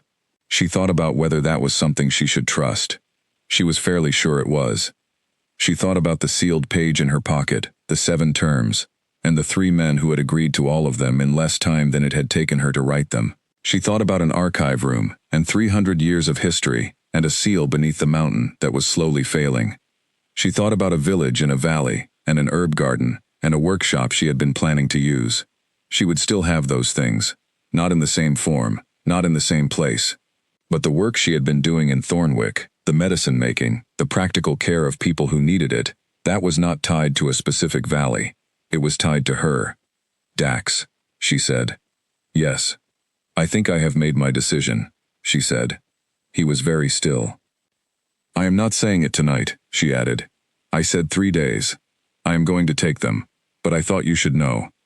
He looked at her for a moment, and the expression on his face was one she had not seen before from him, none of the warmth she had noted, or the humor, or the careful openness. It was something quieter and more fundamental, something she thought might be the expression of a person arriving at a moment they had been working toward, without quite admitting they were working toward it. All right, he said. She looked at the winter garden. The pots, she said. Your mother's pots. In the storage room. Still there, he said. When spring comes, she said, I would like to use them. She did not say for what. She did not need to. He was the kind of person who understood the meaning behind a thing as well as the thing itself. Of course, he said. They sat in the winter garden for a while longer, with their tea, in the quiet that was genuinely quiet, and around them, the dormant plants waited, with the patient certainty of things that knew the season would change. The third day of Lyra's requested time arrived with news from outside the palace walls. Edmund brought it to the strategy room before the morning business of the summit had even begun, which told Lyra, sitting at the far end of the table where she had been invited the previous evening to attend the morning briefing as a quiet observer, that the information was not good. It was not good. The Ashvale Syndicate had made a public declaration. Not a private diplomatic letter this time. Not a sealed envelope delivered through formal channels. This was a public announcement, distributed through the messenger network that ran between pact territories, the kind of announcement designed to be heard in as many halls as possible before anyone could formulate a response. The Syndicate had announced their contested claim on Lyra formally and openly, naming her by name, and describing the legal basis for the claim, in language precise enough that the pack lawyers in every territory would recognize it immediately. The announcement also included a timeline. The Syndicate had noted the 15-day window provided by the contested claim provision, and had publicly committed to appearing at Ironvale on the final day, to press their case in person, in the Great Hall, before the assembled guests of the summit. Which meant that in 10 days, Harlan of the Ashvale Syndicate intended to stand in the Great Hall of the Ironvale Palace, and make a legal argument for control of Lyra in front of every significant pack leader on the continent. The room was quiet when Edmund finished. Lyra looked at her notebook. She looked at the three brothers, who were arrayed around the table in configurations that told her something about their internal states, if she read them correctly. Cale was standing. He was the kind of man who stood when things required action, and sat when things required analysis, and he was currently standing with the very specific quality of someone who was deciding what form action should take. Rowan was reading Edmund's written copy of the announcement, with an expression of total control that Lyra recognized by now as Rowan's version of what Cale expressed by standing. A deep internal processing that showed on the surface only as stillness. Dax was looking at Lyra. She looked back at him. He is going to stand in this hall, she said, and argue for a law that treats me as something to be assigned. Yes, Dax said. In front of every pack leader on the continent. Yes. And his intent is not actually to win the claim, she said. His intent is to make us respond to it in front of an audience, to force Ironvale into a public confrontation on terms he has selected. Rowan set the paper down. Yes, that is correct. She looked at Cale. You want to challenge him? Cale's expression shifted with the specific precision of someone who is very carefully not confirming something they absolutely want to do. A formal combat challenge would be legally valid in response to a contested claim, he said. And would also give Harlan exactly the spectacle he came here to create, Lyra said. 3 Alpha Kings fighting over an Omega in front of the entire pack world. That is his preferred outcome. It turns me into the center of a display. It makes the bond a public vulnerability rather than a private reality. It gives every hostile actor on the continent a picture to work with. Cale was quiet. I know, he said. I know all of that. She looked at him. He looked back at her, with the expression she had come to identify as Cale, at his most honest. The expression he had, when he was not filtering for effect. You still want to challenge him, she said. What I want, he said, is for him to pay a consequence for what he has done, for treating you as an object in a letter that was read by everyone. She held his gaze. I understand that, she said. But what I need is for this to end in a way that does not leave me defined by what was done to me. Silence, Rowan said quietly. What did you have in mind? She looked at him. She looked at the notebook in front of her, at the page where she had written terms, at the 7 items that the 3 of them had agreed to in an afternoon, with less argument than she had spent petitioning the Thornwick Village Council for a single workshop. The Sovereign Omega Declaration, she said. Rowan leaned forward very slightly. You told me it was available to an Omega of confirmed prophecy bloodline, she said. I am that. I have the archive documents. I have Dr. Fenn's notes. I have 300 years of the Thornwick bloodline, tracked in the palace records. The declaration grants 30 days of full autonomous legal status. No claim can be pressed by any party during that window. That is correct, Rowan said. If I invoke it publicly, she said, in the Great Hall, before Harlan arrives to press his case, I remove the ground from under him. There is no contested claim. There is no decision to be made under legal pressure. There is only a confirmed bloodline Omega, exercising her legal right to her own period of autonomy. The room was quiet. It has not been invoked in 2 centuries, Edmund said from the doorway. He had not left, and nobody had asked him to. Then it is overdue, Lyra said. She looked at Cale again. There is something else, she said. Tell me, he said. When I stand in that hall, she said, I do not want to stand there alone. The 3 brothers looked at her. I am not asking you to stand there as people claiming me, she said. I am asking you to stand there as people who chose to be at my back. There is a difference. I need everyone in that room to see the difference. A long pause. You would be declaring your autonomy publicly while we stand behind you, Dax said slowly. 3 Alpha Kings, behind an Omega who is telling the room she belongs to herself. Yes, she said. He looked at his brothers. Something passed between the 3 of them without words. The kind of communication that happens between people who have been doing everything together for long enough that some things no longer require language. Cale said, When? 7 days, she said. 3 days before Harlan arrives. Enough time for word to reach every guest at this summit, which is large enough that word always travels. Harlan will hear about it before he ever gets here, and will know that his case has already collapsed. Rowan was quiet for a moment. The declaration itself must be made in the presence of the Senior Pack Law Authority, he said. Who is, at this summit, Elder Counselor Vance of the Midlands Pack. I know, she said. I read the requirements. Can you arrange for Vance to be in the Great Hall on the chosen day? Yes, Rowan said.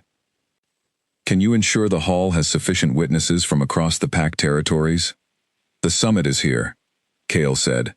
Everyone is already here. Good, she said. She closed her notebook. She looked at the 3 of them.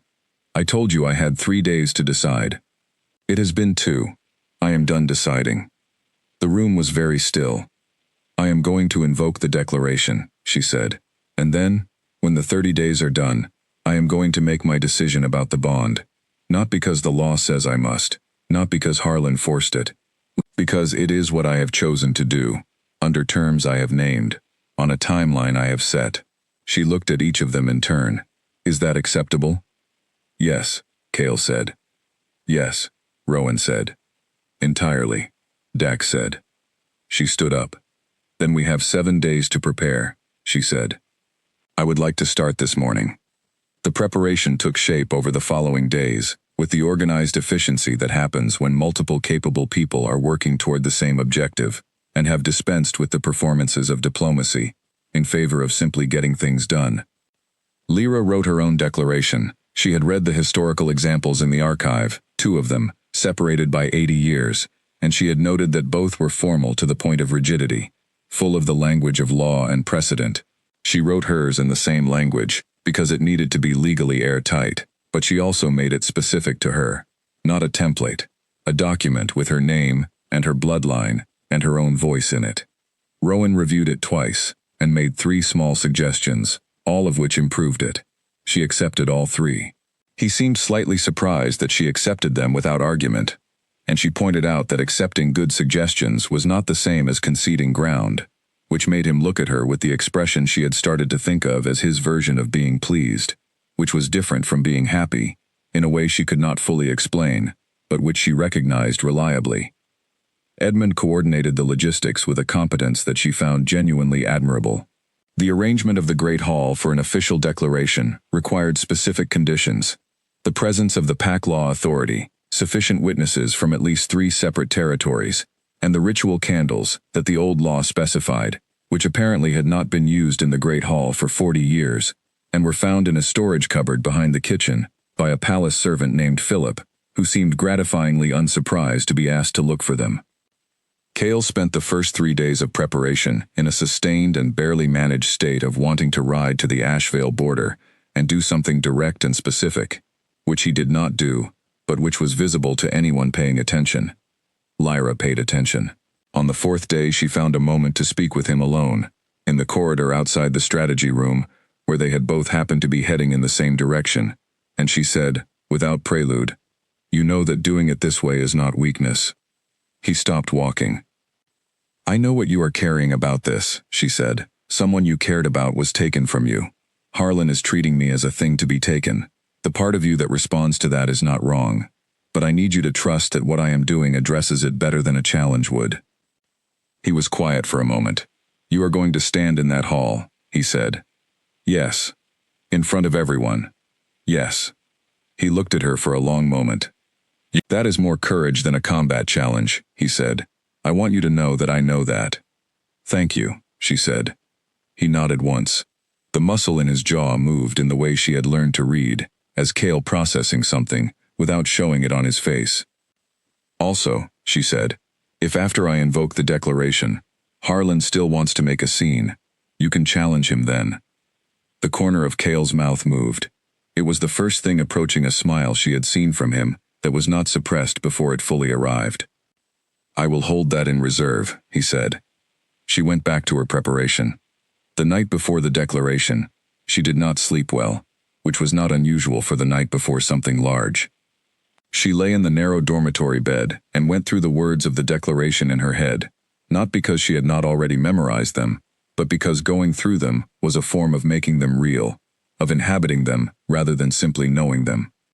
The words she had written were, "I invoke the Sovereign Omega Declaration on the grounds of confirmed bloodline, in full knowledge of its requirements, by my own will and for my own reasons, which I do not owe to any party, and which are my own." She had been told by Rowan that this wording was technically more than the law required. She had kept it anyway. Just past the hour of midnight, she heard a very quiet knock at the dormitory door. She got up and opened it. It was Pip, sitting on the floor outside the door in her night things, with her knees drawn up, and she looked like someone who had been awake for a long time, and had eventually given up on sleeping, and decided that the floor was as good a place as any. "I heard some of what has been happening," Pip said. "Not all of it. Enough." Lyra leaned against the doorframe and looked down at her. "Are you all right?" Pip asked. The question, which was a simple question from a girl of 18 who had come to a palace to carry trays, and had ended up sitting on a cold floor at midnight, asking if the person she came with was all right, undid something in Lyra that she had been managing very tightly for 7 days. She sat down on the floor next to Pip. "I think so," she said. "It is very large," Pip said. "It is very large," Lyra agreed. They sat there for a while on the cold floor of the corridor, 2 women from Thornwick, in a palace that was neither of theirs, in the middle of the night, before something that could not be unmade. Pip did not offer advice or reassurance. She simply sat there, which was its own form of company. After a while, Lyra said, "When I get through tomorrow, I am going to need someone to help me in the garden." Pip looked at her. "The one behind the east wing?" "Yes." "I noticed it," Pip said. "The bones are good." Lyra looked at her sideways. "What?" Pip said. "I grew up in a valley. I know what a good garden looks like under a winter." Lyra laughed. It came out shorter and more surprised than a full laugh, but it was real, and it loosened something in her chest that had been very tight. "I will need help in the spring," she said. "I will be here," Pip said, as though she had already decided this independently. They went back to bed. Lyra lay in the dark and thought about the morning. She thought about the great hall, and the words she had memorized, and the stone floor, and the old law, and the 3 men who would be standing behind her. She was not frightened. She was something else, something that had no name she could put to it immediately, something that felt like the specific energy of a person who is finally aligned with a decision they have been arriving at for longer than they knew. She closed her eyes. In the morning, she would walk into the great hall and say what she had come to say, and it would be the first sentence of the rest of a life that was, at last, entirely her own choosing.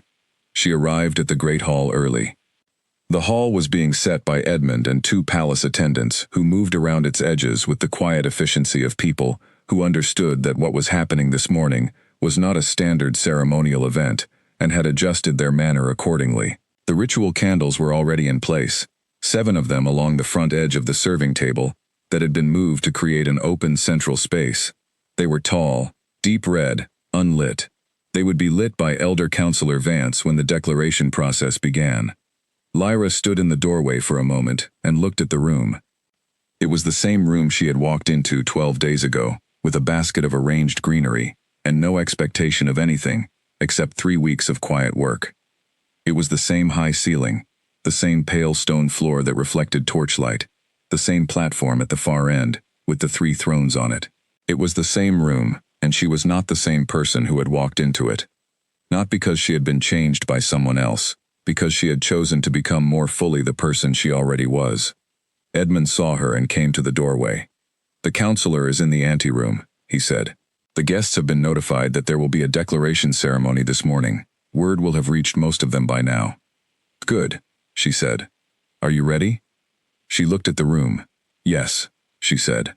She went in. The hall filled within the hour. It did not fill the way it had filled for the formal summit dinner, with the noise and movement of a large social gathering. It filled quietly, which was in some ways more significant.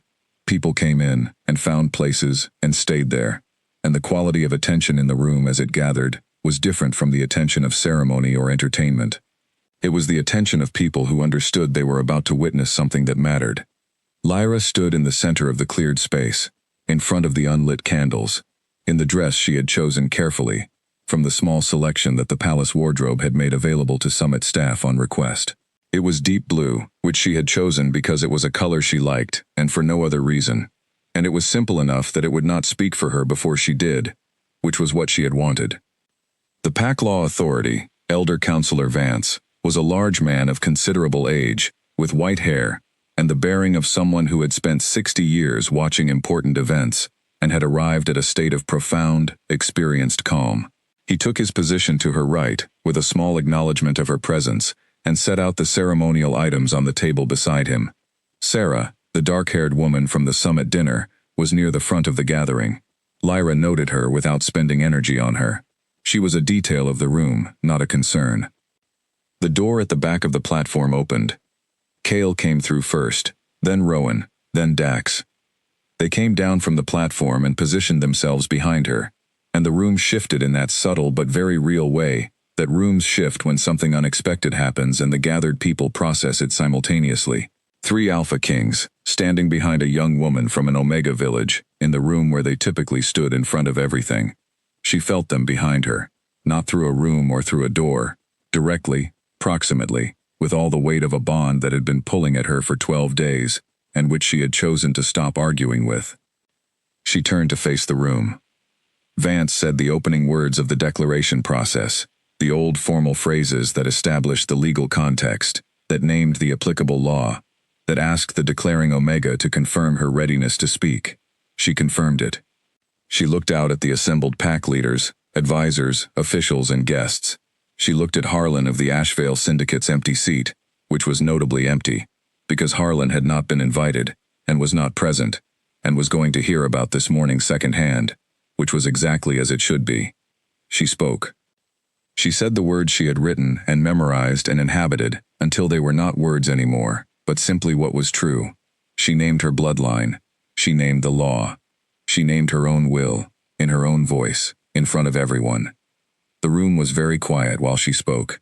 When she finished, Vance said the confirming phrases. He lit the 7 candles. He announced, in the formal language of pack law, that the Sovereign Omega Declaration had been lawfully made, that the declaring Omega was under full autonomous legal protection for the stated period, and that any contested claim or external pressure against the declaring Omega was, for the duration, legally null. The room was still quiet. And then, from somewhere in the middle of the gathered crowd, a single pack leader began to applaud. It was not enthusiastic applause, not the kind that is performed to signal loyalty. It was the kind that starts when one person decides to mark a thing that has happened, and then a second person joins, and then a third, and within a few seconds the entire hall was doing it, not with noise but with the sustained, real quality of people acknowledging something they had just witnessed. Lyra stood in the center of the cleared space, in front of 7 burning candles, and let it happen. Behind her, she felt Cale step forward, not to take her arm, not to guide her or manage the moment. He simply moved to her left, slightly behind, the way a person stands when they want to be near something without imposing on it. Rowan moved to her right. Dax stayed where he was, directly behind her, and she did not need to see his face to know what expression was on it. The room watched all 3 of them do this, and the watching had a quality that she would remember later, as the moment the picture changed, the image of 3 kings behind 1 woman, that would travel from this hall to every pack territory on the continent before the week was out. The applause faded. Vance made the closing declaration. Lyra turned and looked at each of the 3 brothers. They looked back at her. Cale's expression had a quality she had never seen from him before, something open and unguarded and very slightly raw, like a door that had been closed for a long time and had just decided, on its own terms, to try being open. Rowan looked at her with the warmth that he usually kept at a careful distance, present now and not managed. Dax simply looked at her as though she was the most interesting person he had ever seen, which was not a simple look at all, but which she had come to understand was one of the most honest things about him. "Well done," Rowan said, quietly enough that only she could hear. "Thank you," she said. She looked at the room, which was beginning to return to itself, conversation starting at the edges. "It is not done yet." "No," he said, "but the hardest part is." She thought about the 30 days ahead of her. She thought about the conversation she was going to have with all 3 of them, when those 30 days were up. She thought about the 7 conditions in her notebook, and the thing they were building toward that did not have a name yet, but which she had begun, sometime in the past 48 hours, to think about, without the accompanying feeling of resistance. She thought about the garden and the herb pots in the spring. "Actually," she said, "I do not think this was the hardest part." Rowan looked at her. "The hardest part," she said, "was arriving here 12 days ago, with a basket of greenery, and no expectation of any of this. The rest is just doing the next right thing in order." She picked up her notebook from the small table where she had set it before the ceremony. She walked out of the great hall with her back straight and the 7 candles burning behind her, and 30 days of legal autonomy stretched out ahead of her like a road she had built herself. She had chosen it, all of it, and she was not afraid. Harlan of the Ashvale Syndicate arrived at Ironvale 4 days later. He had not been expected for another 3 days. The early arrival said something about him, Lyra thought, which was that he was a man who responded to unexpected developments by trying to get in front of them, which was a reasonable instinct in most situations, and which would not help him in this one. She was in the East Garden when Edmund came to tell her. She had been out there every morning since the declaration, working with Pip on the practical assessment of what the garden needed, and in what order, which was the kind of work that organized her thoughts better than sitting still did. She had her notebook with her, but lately the notebook had more garden notes in it than anything else, which she regarded as a good sign. "He has sent a formal request for an audience with the palace," Edmund said. "With the palace," she said, "not with me specifically. With the palace." His wording is careful. Edmund held out the request. She read it. The wording was indeed careful. Diplomatic, legally precise, completely devoid of any acknowledgement that the contested claim was now legally moot, or that the declaration 3 days ago had removed the ground from under his entire strategy. He is going to argue that the declaration was incorrectly invoked, she said. I believe that is his intention. Yes, Edmund said. She handed the request back. Is his argument legally sustainable?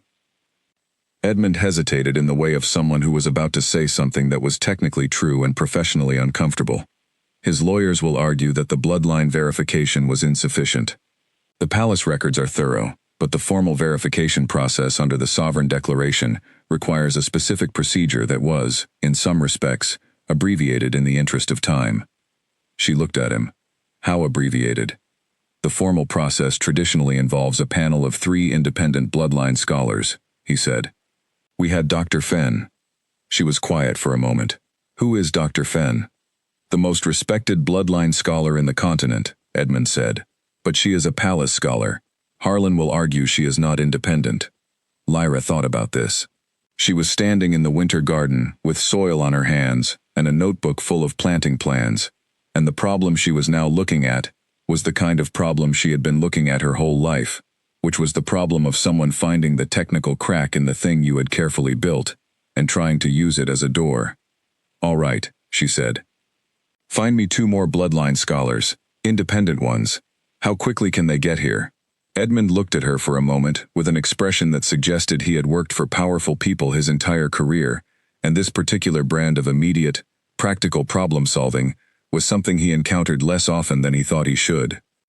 Within the declaration window, he said, meaning within the 30 days. Good, she said. Make it happen, and schedule the audience with Harlan for tomorrow morning. I want to be in the room. That is not traditionally. I know it is not traditional, she said. Schedule it anyway. He went. She went back to the garden and wrote in her notebook, at the top of a new page, 2 independent bloodline scholars, and underneath it, in the margin, Harlan is going to have a very unpleasant morning. She did not feel triumphant about this. She felt the specific calm focus of a person who has identified a problem, and identified its solution, and is now moving toward the solution, with the same energy she would bring to any other task. It was the same feeling she had when she identified a difficult ailment in a patient in Thornwick, and found the correct preparation for it. The problem did not need to be dramatic, it just needed to be solved. She told Cale about the early arrival at the afternoon briefing. The reaction was visible before he controlled it, a tightening in his whole frame, that she recognized as Cale encountering something that required him to override his first impulse. His first impulse, she had learned, was always toward direct action. His trained response was toward strategic patience. The tension between those 2 things was constant, and it was, she thought, one of the things that made him very good at what he did, and also occasionally exhausting to be around. He arrived early to try to get ahead of the bloodline verification issue, Cale said. Yes, she said. Edmund told you about the scholars? Yes, I have asked him to find 2 independent ones. It will take time, but we have time. She looked at him. I have asked to be in the audience tomorrow. Cale's expression did something complicated. Harlan is not a pleasant person in formal settings. I imagine not, she said. I would still like to be there. I know you would, he said. I am not objecting. I am telling you in advance, so you are not surprised by the kind of person he is. She looked at him. What kind of person is he? The kind, Cale said, with the particular flatness of very controlled contempt, who mistakes cruelty for intelligence. He will try to make you feel small. He will use language that is technically diplomatic and actually degrading. He will speak about you in the 3rd person while you are in the room. She considered this. Have you met him before? Once, 5 years ago. He spoke for 40 minutes without saying anything of substance, and made 2 of my advisors cry. I have never cried in a meeting, she said. Something moved across Cale's face. No, he said. I imagine not. I will be fine, she said. He held her gaze for a moment. I will be there too, he said, if that is acceptable. You would be there regardless, as the pack host, she said. Yes, he agreed. But I wanted to say it as something separate from the obligation. She looked at him for a long moment, at the jaw and the careful control and the thing underneath it that was not anger and was not strategy, but was something she had been watching develop over 12 days, and which was becoming, slowly, and with considerable effort on both sides, something that resembled trust. Thank you, she said. The audience took place in the formal receiving hall, which was a room designed to communicate certain things about power without having to state them directly. Kale, Rowan, and Dax sat at the high table. Lyra sat to Kale's left, which was not a position she had been assigned to but which she had taken, and which nobody had moved her from, and which meant something in a room where the arrangement of bodies was a form of language. Harlan arrived with 2 lawyers, and an attitude that was, as Kale had predicted, the specific variety of unpleasantness that came packaged as courtesy. He was a large man in his 50s, gray at the temples, with eyes that assessed the room in the same way a merchant assesses a market. He looked at the 3 brothers, he looked at Lyra, and something in his expression registered the position she was sitting in and adjusted. He sat across the high table, his lawyers to either side. Edmund, managing the formal structure of the audience, announced the purpose of the meeting. Harlan spoke. He was, as Kale had said, technically diplomatic. He spoke about his syndicate's understanding of the contested claim provision. He spoke about the importance of procedural integrity in pack law. He spoke about the bloodline verification requirements of the Sovereign Declaration with the careful precision of someone who had read the law very thoroughly and had identified the crack and intended to stand in it. He spoke, throughout, without once directly addressing Lyra. She sat at Kale's left and let him finish. Kale said, "The bloodline has been verified by the palace's senior scholar." "A palace scholar," Harlan said, with exactly the inflection Lyra had expected. "2 independent scholars are being brought to verify the same findings," Kale said. "They will arrive within the declaration window. The verification will be complete before any competing claim can legally proceed." This was news to Harlan, she could see. He had not expected it to be that organized, that quickly. He looked at her for the first time. "The declaring Omega," he said, in the tone Thiel had described. "Third person, direct address. The specific choice of language designed to remind her of a status she had already declared herself beyond." "You may speak to me directly," she said. Her voice was the same voice she used in Thornwick when someone tried to argue with her about the preparation of a medicine that she knew was correct. Even, clear, not loud, not angry. Harlan looked at her. "The bloodline documentation in the palace archive," she said, "extends back 7 generations on my family's line, to a formally recorded branch noted in the year 217 of the current reckoning. The documentation includes 2 independent historical verifications by scholars who were not employed by Ironvale at the times of their assessments. I have read all of it. You are welcome to read it as well. Edmund will arrange access." Harlan's lawyers were writing things down. Harlan himself was looking at her with the expression of a man who had entered a room, expecting a conversation of one type, and was recalibrating. "The technical issue you intend to raise about independent verification," she continued, "has been anticipated and is being addressed within the legal time frame. I would encourage you to read the full Sovereign Declaration statute rather than the sections your lawyers have highlighted. The statute allows for post-declaration verification within the window. This is standard procedure." It was not something she had known before Edmund told her, but she had read the full statute last night, which was something Harlan's lawyers apparently had not. One of the lawyers leaned to Harlan and said something in a low voice. Harlan looked at the high table. He looked at the 3 brothers. He looked at Lyra. He made the calculation that a man of his particular type makes in these moments, which was the calculation of a person deciding whether to continue pressing an argument that has just lost its structural support, or to retreat to a position he could defend. The calculation did not take long. "We will await the independent verification," he said. He made it sound like a concession he was granting, rather than the only option remaining, which was a skill she respected for its audacity, even while she found the man behind it distasteful. "Of course," she said. The audience ended. Harlan and his lawyers left. Edmund closed the receiving hall doors. Rowan said, very quietly to the room, "That was remarkable." She picked up her notebook. "It was a conversation about a law I had read," she said. He had not read all of it. "That is not remarkable. That is just preparation." "You quoted the statute," Dax said. "The specific section. You have been here 2 weeks." "I read quickly," she said. "I had noticed," he said. She looked at the 3 of them. "He will try something else," she said. "This was only the first approach. He has 10 days before his window closes, and he will use them." "We know," Kale said. Then we should keep preparing, she said. What else does he have available to him legally? They moved to the strategy room. The afternoon was long, and the legal terrain was complex, and by the end of it, Lyra had 3 pages of new notes and the beginning of a headache, but both of those things were manageable, and the sense of forward movement was real. They worked well together, the 4 of them, in the strategy room. She had noticed this over the past several days. The 3 brothers had different strengths that were genuinely complementary.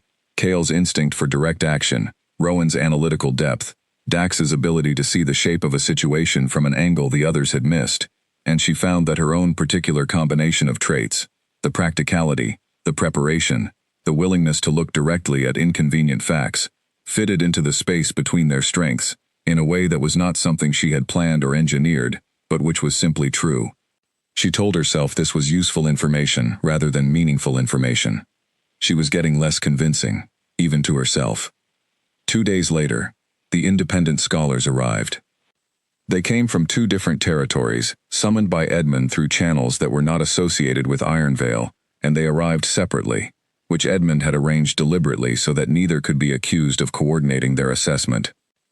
Both of them, within 2 days of examining the archive materials and the independent documentation and a bloodwork assessment conducted by Dr. Fenn, with both of them present, reached the same conclusion. The bloodline was confirmed. The declaration stood. Word reached Harlan before it was formally announced. When the formal announcement was made in the presence of the summit delegates, including a notation in the official record that would travel to every pact territory with the summit proceedings, Harlan was not in the Great Hall. He had sent a written acknowledgement through his lawyers that arrived on Edmund's desk at the same moment as the announcement. Lyra was informed of this in the East Garden, where she was with Pip discussing the placement of a new raised bed along the southern wall. Edmund handed her the formal confirmation document, and she read it, and then she looked at the garden, and then she looked at the document again. "It is confirmed," Edmund said. "Yes," she said. Pip was looking at the document. "Is that good?" "Yes," Lyra said. "It is very good." She looked at the winter garden around her, at the bones of the thing that had once been beautiful and would be again, and she felt something that was not relief exactly, and not triumph exactly, and was more like the feeling that comes after a very long walk, when you can finally see where you were walking to, and the view is worth the effort. "Right," she said. She put the document in her notebook. "Where were we?" "The south wall bed." Pip pointed to the place they had been discussing. Lyra looked at it. She looked at the measurements she had sketched in the notebook. She thought about what would grow there, what it would look like in summer, what it would provide. "Yes," she said. "There. That is exactly right." She picked up the marking stakes from the pile by the bench. She got back to work. Harlan made one final attempt. She had expected it. She had told the brothers to expect it.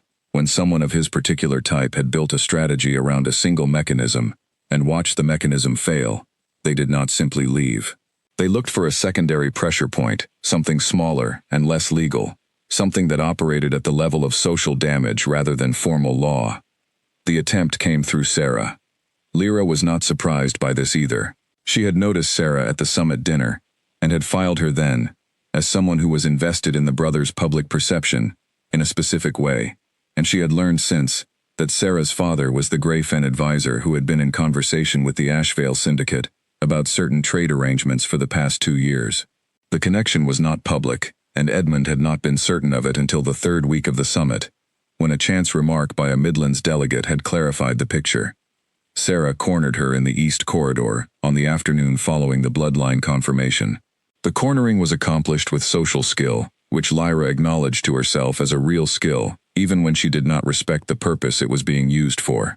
She had been passing through the corridor. Sarah had been leaving a room off the corridor, and the encounter had the quality of something that had been slightly arranged. Sarah was wearing another well-chosen dress. She was warm in manner, and direct in attention, and very clearly someone who had spent a great deal of her life in rooms where the ability to manage impressions was a form of currency. "You have had quite a fortnight," Sarah said. "Yes," Lyra agreed. "It must be overwhelming," Sarah said, with the specific texture of a sympathy that was not actually concerned with the person receiving it. "To have come here as a servant and found yourself in the middle of something so political." It has been interesting, Lyra said. You are handling it very well, Sarah said. Though I have to say, watching from the outside, I do wonder if you fully understand what you are stepping into. Lyra looked at her. I have read the law. I have read the history. I have spent 3 days in the archive room, and 2 more with the palace's senior scholar. I have then had approximately 80 hours of direct conversation with the 3 people most intimately involved. She paused. What specifically did you think I might not understand? A small silence. Sarah adjusted. The social complexity, she said. Being the mate of 3 kings. The pack world is not ready for it. The pressure you would face. It is not something that can be managed from a library. It requires a kind of background, a kind of preparation, that takes years. Lyra looked at her steadily. You have spent years preparing, she said, to be a good match for one of them. Sarah did not answer. I understand that my arriving here was not convenient for you, Lyra said. I understand that what happened was unexpected and disrupted something you had been building toward. I am not dismissing what that feels like. She held Sarah's gaze. But I am not going to let your disappointment be used as a reason for me to doubt my own competence. Those are 2 separate things. Sarah looked at her for a moment. The performance of sympathy had slipped slightly, not dramatically, but enough that Lyra could see the real calculation behind it. The brothers have their own history, Sarah said, more directly now. Cale has losses that have not healed. Rowan holds everything at a distance because intimacy is something he has not fully allowed himself. Dax laughs too easily, and feels too much, and has spent years being the brother who holds the other 2 together, without anyone asking how he is. Lyra looked at her. I know all of that, she said. Sarah blinked. I know about the woman Cale lost, Lyra said. I know that Rowan's first instinct is always toward analysis, and that it costs him to choose feeling. I know that Dax carries more than he shows. She said this without drama, in the tone of someone stating what was factually true. I know these things because they told me themselves, not because I engineered the conversations, but because over the course of 2 weeks, we were all in the same difficult situation, and honesty turned out to be the most useful tool available. She looked at Sarah for a moment.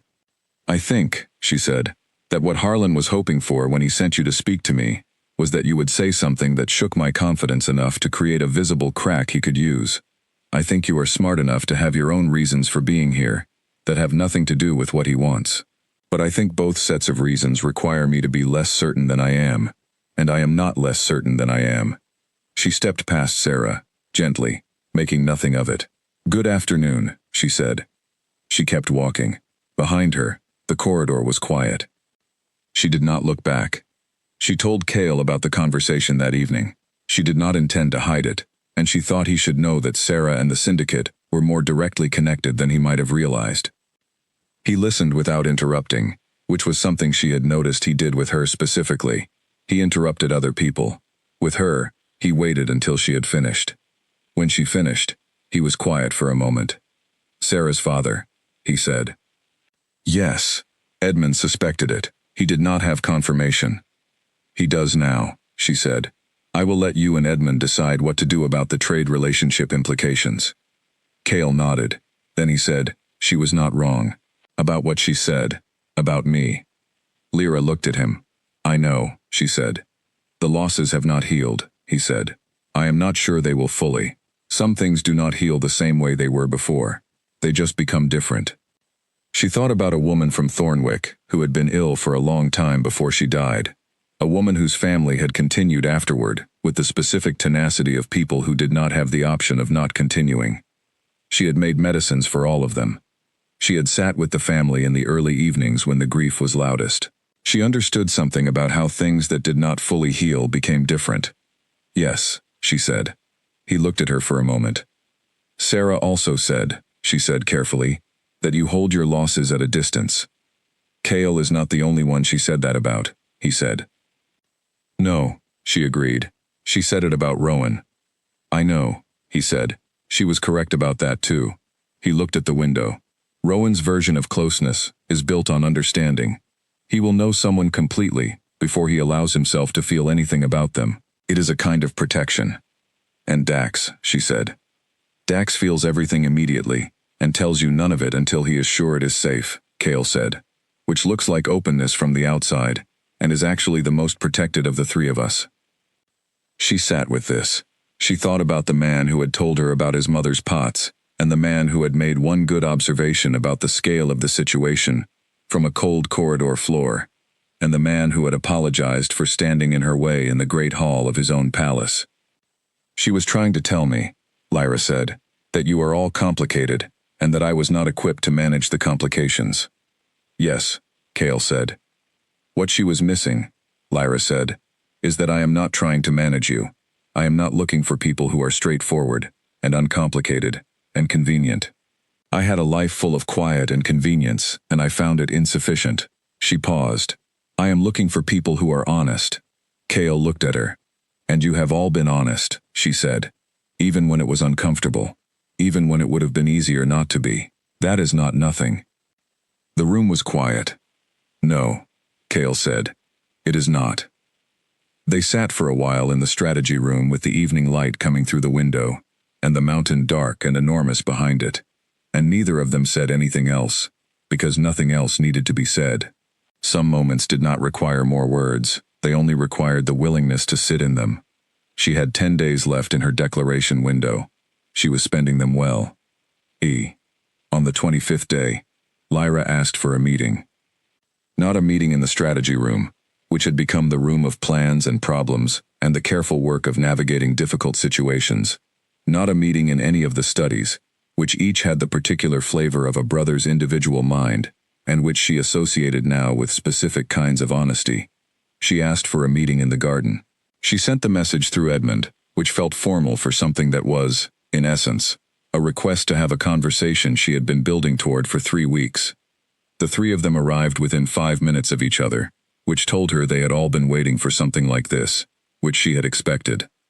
It was late morning, and the winter garden was cold and clear, the kind of cold that had a quality to it rather than simply a temperature, the kind that came from the mountain proximity and carried with it the smell of stone and the high places above the tree line. The raised bed along the south wall had progressed considerably, and the planning for the spring planting was almost complete, and she had been aware all morning of the 5 remaining days of the declaration window ticking down in the back of her mind, with the patient insistence of something she had been working toward, and was now nearly ready to arrive at. She heard the garden gate. She did not turn immediately. She finished the note she was writing in her notebook, the last thing she needed to add to the planting plan, and then she turned. All 3 of them were inside the gate. They had not, she noticed, arranged themselves in any particular formation. They were simply there, in roughly the same positions they had been in behind her in the great hall, and she thought that was probably not accidental, but also probably not calculated. Some things simply settled into patterns. 25 days, she said. Yes, Cale said. I have 5 remaining, she said. I know that. I am not waiting until the last day. I wanted to have this conversation, with time still in the window, with the decision at some real distance from the deadline, so that nobody, including me, can wonder later whether it was the deadline talking. She looked at each of them in turn. The 7 conditions, she said. I have been watching all of them over these 3 weeks, not just waiting for promises, watching what you actually do. She paused. The Omega Servitude Law. You gave me the status of the existing reform effort, the actual documents, the timeline, the obstacles. You did not tell me you were working on it. You showed me the work. She had asked to see it, specifically, on the 9th day. Rowan had given her everything. The equal voice provision, she continued. I have been in the strategy room for a week and a half. I have been in the briefings. I have been in the conversations about the Harlan situation, from the 2nd day of it. You did not put me there as a courtesy. You put me there because I was useful there, and you knew I was useful there, and you treated me as useful there. She looked at Dax. The exit clause, she said. I know Rowan said it, but I want to hear it from each of you. Not once. Right now. Dax met her eyes without hesitation. If at the end of 1 year you want to go, you go. Your life is yours. The bond will be real, but it will not be a cage. We will not make it a cage. She looked at Rowan. You will always be free to choose, he said. That is not a condition I am granting. It is a fact about who you are that I have known since the first conversation. She looked at Cale. He was quiet for a moment. The muscle in his jaw moved. She had learned to read that the way you learn to read weather, something coming that required more from him than the ordinary. If you chose to leave, he said, I would be devastated. I want to tell you that honestly, rather than giving you the clean answer, because I think you want honesty and not performance. He held her gaze. And I would still let you go. Because making you stay would make me something I cannot be, not for a bond and not for anything. She held his gaze for a long moment. Thank you, she said, for saying the real version. He nodded once. She looked at all three of them. She thought about what she had written in her notebook the first night she arrived, the herb garden, the workshop, the small and specific plans of a person who had organized her life into something manageable and hers. She thought about what was still true of those things and what was different now. The work was still hers, the medicine-making, the growing things, the practical care of people who needed it. The palace had a medical room that had not been properly maintained in 11 years. The garden was already becoming something she was rebuilding. Pip was going to stay. She had decided this quietly and irrevocably, the way she decided things, and Pip knew plants, and the two of them could make something real here that was not a smaller version of Thornwick, but was something new. None of that required her to give up what she was. She had known this for at least a week. She had been holding it at arm's length, looking at it from different angles, checking for the way it felt under different kinds of scrutiny. Every time she looked at it, it held. I made a decision in this garden, she said. 8 days ago, I told Dax the shape of it, but not the whole of it, because I was not ready for the whole of it yet. She looked at the winter garden around her, at the beds and the bare stems, and the beginning of what it was becoming. I am ready now. She closed her notebook. I choose this, she said. All of it. Not because the law left me no other option, and not because I am frightened of what happens if I do not, and not because 3 weeks in a palace with 3 kings sounds more impressive than an herb garden in a valley. She held each of their gazes for a moment. Because I have spent 3 weeks watching 3 people choose honesty, when management would have been easier, and because the work that needs to be done here is work I want to do, and because the bond is real, and I have stopped pretending it is not. She paused. I am also not doing it because I love you, she said. Not yet. I think love is something that builds. I think it needs time and experience, and the specific ordinary accumulation of knowing someone in their real life rather than in a crisis.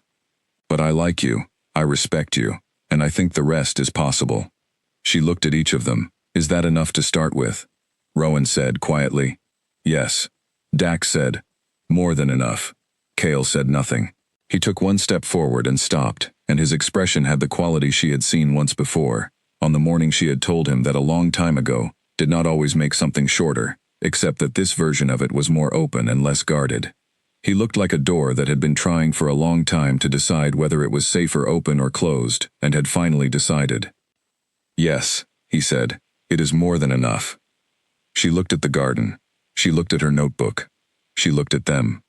The bonding ceremony, she said. I have conditions about that too. Dax made a sound that was, undeniably, a laugh. Not long, not performed. Just the sound of someone receiving information they had entirely expected and finding it genuinely warming. Of course you do, he said. I want input on the format, she said. I want it to mean something, not just perform something. I want the people of this pack to understand what kind of bond this is, which is a bond between people who chose each other under their own terms, not a claim and a counterclaim and a legal obligation. We can do that, Rowan said. I also want Owen and Clara and Bess to be there. And Pip. Done, Dax said. She looked at Cale. He was still looking at her, with the open door expression. The 7 conditions, she said to him, specifically. All of them. You agreed to them in the strategy room. I need them in writing. Not because I do not trust you. Because things that are written exist in a way that verbal agreements do not, and I want the people of this pack to know they were agreed to, so that they cannot be dismissed later by anyone who might benefit from dismissing them.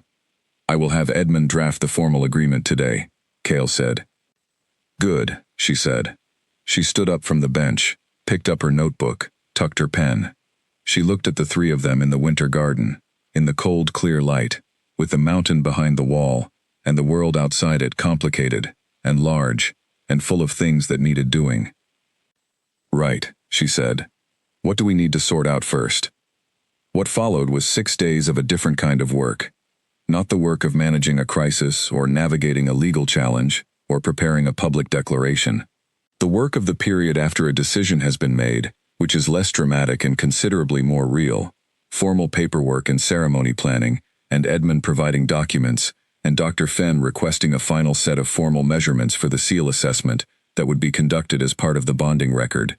Pip and Owen and the others from Thornwick were told, which led to a conversation in the dormitory common room that was loud and complicated and loving in the way of people who know each other well enough to be honest about their feelings. Pip cried. She denied it immediately afterward, and Lyra did not push it. Owen said, with the careful understatement of a person who had been watching quietly for weeks, "I thought it might end up here." Clara and Bess had a brief but spirited disagreement about whether this was the most or the second most remarkable thing that had ever happened to anyone from Thornwick, with Clara arguing for most, and Bess arguing that their grandmother's incident with the northern trader was comparable on at least 3 dimensions. Lyra ate dinner with all of them that evening, in the lower hall, and it was the best evening she had spent in the palace because it was the most ordinary. She told them she intended to ask if they would consider staying. Not all of them, not if they did not want to, but staying. She told them the honest version of why, that she was going to be building something here, a real medical practice, a working garden, a changed law that was going to require people who understood what the change needed to look like in practice, and she did not know anyone better suited to help her with that than people who had already been doing it with her in a different place. Owen said he had no particular attachment to Thornwick that could not be relocated. Clara and Bess said they would discuss it. Then Bess said yes immediately, and Clara agreed within 30 seconds. Pip said, "I already told you I would be here." "You told me you would help with the garden," Lyra said. "I knew what I meant," Pip said. On the 29th day of the declaration window, Lyra sat at the small table in the room that had been moved from the dormitory and assigned to her in the East Wing, which had happened without discussion, sometime around the 15th day, and she opened her notebook. She turned back to the very first page, the word 15, underlined. She looked at it for a moment. She turned to the most recent page. She looked at the planting plan for the south wall, the garden measurements, the notes about the medical room, the list of preparations she needed to order, the meeting she had scheduled with the pack's current healer for the following week. She looked at the 7 conditions on the page where she had originally written them, and compared them to the formal document that Edmund had produced, and confirmed, as she had confirmed already, that they were faithfully reproduced. She closed the notebook. She went to the garden. It was a clear, cold morning, and the work was waiting. One more day, then the bonding ceremony, then the work. She picked up a spade and started on the north bed, and the mountain above the palace wall was bright with cold morning light, and everything that needed to happen next was already in motion. The night before the bonding ceremony, Lyra did not expect to sleep well. She was therefore somewhat surprised to fall asleep quickly, and to wake in the morning with the specific quality of alertness that belongs to mornings when something significant is happening, and the mind has already oriented toward it, before the eyes open. She lay in the new room for a moment, which was larger than the dormitory and had a window that faced east and therefore caught the early light, and she looked at the ceiling and thought about what she was going to do today. She was going to make a choice, publicly and formally, that would become part of the record of the pack world. Her name would be in documents that people would read in future generations. Her bloodline was already there, in the archive room, in the margin notes. Now there would be more. A bond ceremony record, a formal agreement document, the 7 conditions, in writing, which she intended to make part of the public pack record as well, so that they could not be quietly set aside. She was also going to begin building something that she thought, on good evidence, would be worth building. She got up, she dressed, she went to the garden first, briefly, because she did it every morning now, and the morning felt wrong when she did not. The north bed was progressing. The south bed was planned. There was a section along the western wall that she had been thinking about for something specific. A collection of the mountain herbs that Dr. Fenn had mentioned were increasingly difficult to obtain from outside sources, which meant growing them in a location where the mountain conditions naturally replicated their native environment made practical sense. She had been measuring. She wrote 2 notes in her notebook about the western section, then she put the notebook in her pocket and went back inside to prepare for the day. Pip had taken on, with entirely characteristic quiet decisiveness, the project of ensuring that the practical arrangements for the small group from Thornwick who would be present at the ceremony were correct. She appeared at Lyra's door with a look of focused competence, and the information that Clara was having a feeling about the dress she had brought, which Lyra interpreted correctly as meaning that Clara's dress was fine, and Clara was nervous, and the dress was available to bear the weight of that. "Tell Clara the dress is exactly right," Lyra said. "I already did," Pip said. "She needs to hear it twice." Lyra went and told Clara the dress was exactly right.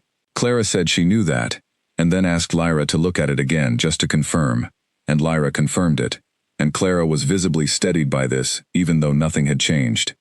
She went back to her room and thought about the ceremony. It was not going to be a traditional bonding ceremony. She had been clear about this from the first conversation she had with all three brothers about the format.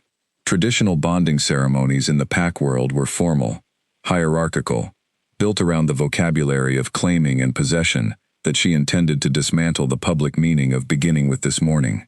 The ceremony she had designed, with input from all three of them, and with Rowan's deep knowledge of the historical alternatives, was shorter, more direct, and built around a different set of words. She had written those words herself, all 4 sets of them, hers and each of theirs. Not assigned to them, not dictated. She had written the first draft and given it to each of them to make their own, and what had come back was 4 versions that were recognizably connected and entirely individual. Rowan's version was precise and layered. Dax's was shorter than expected and more quietly certain. Kale's was the one she had read 3 times because it had the specific quality of something a person writes when they have decided to say the whole truth and not the manageable portion of it. She had kept all 4 drafts in her notebook. The ceremony was scheduled for late morning in the courtyard beside the East Garden, which was an outdoor space she had requested, specifically because she wanted the sky and the mountain and the open air, rather than the formal weight of the Great Hall. The summit was in its final days, and the guests who remained were those with business still unfinished, or those who had decided to stay for this, and there were more of the latter than she had expected.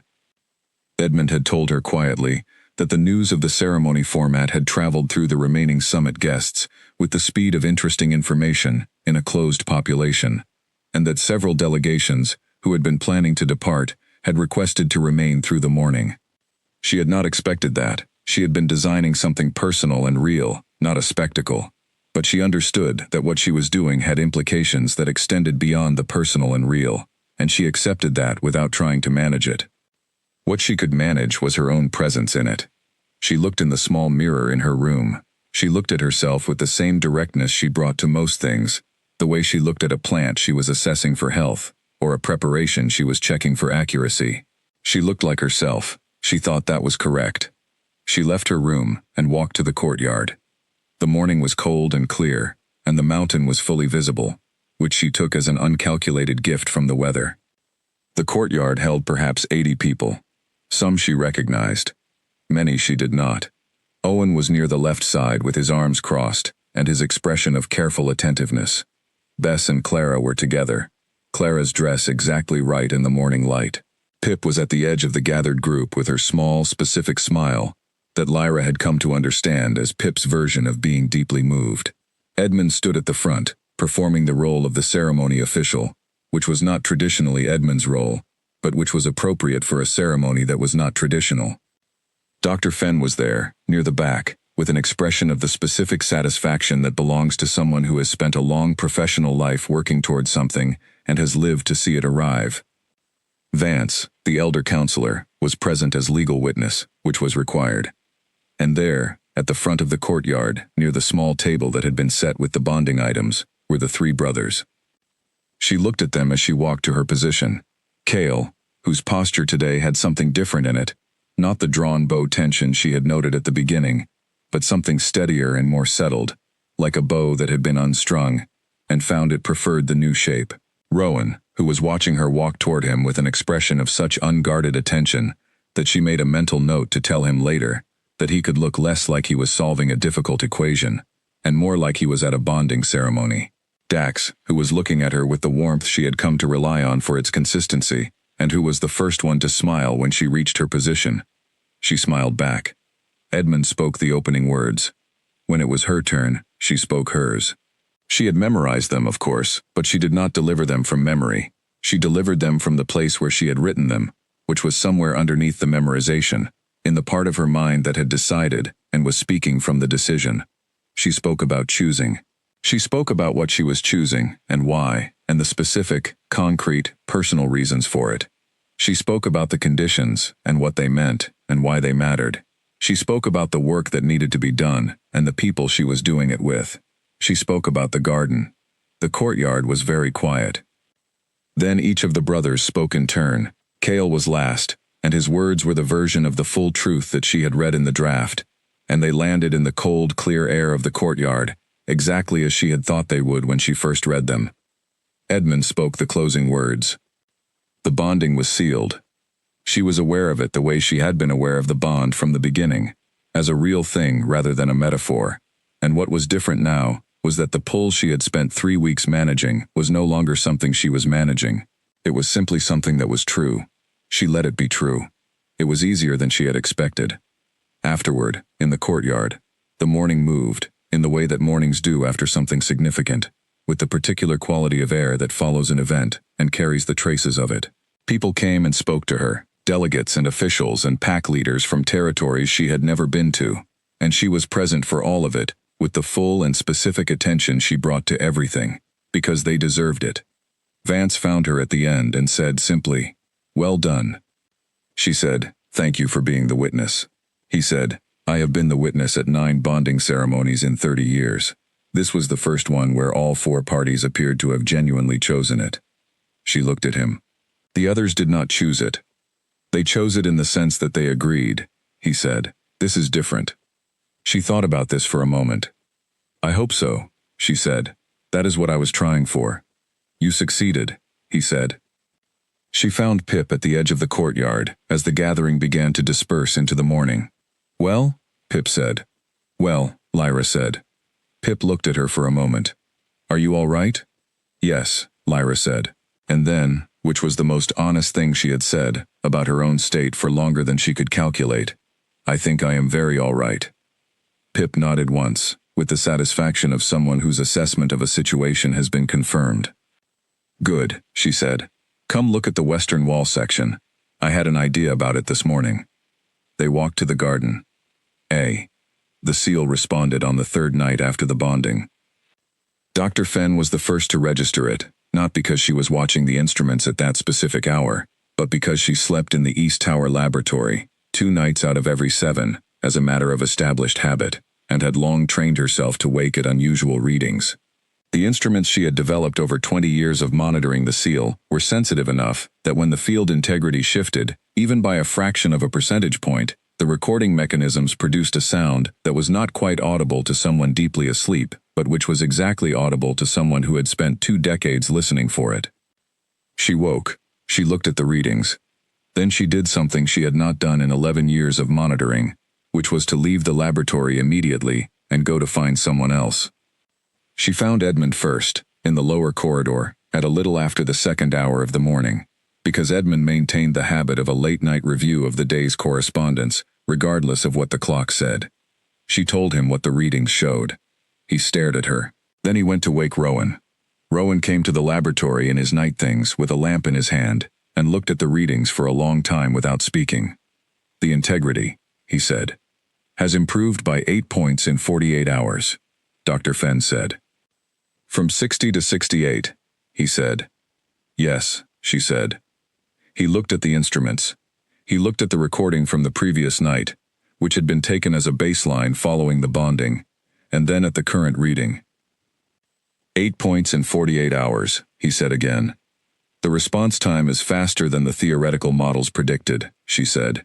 "The models suggested 2 to 3 weeks before measurable improvement. The bond appears to be a stronger match than we had projected." Rowan set the lamp down on the laboratory table.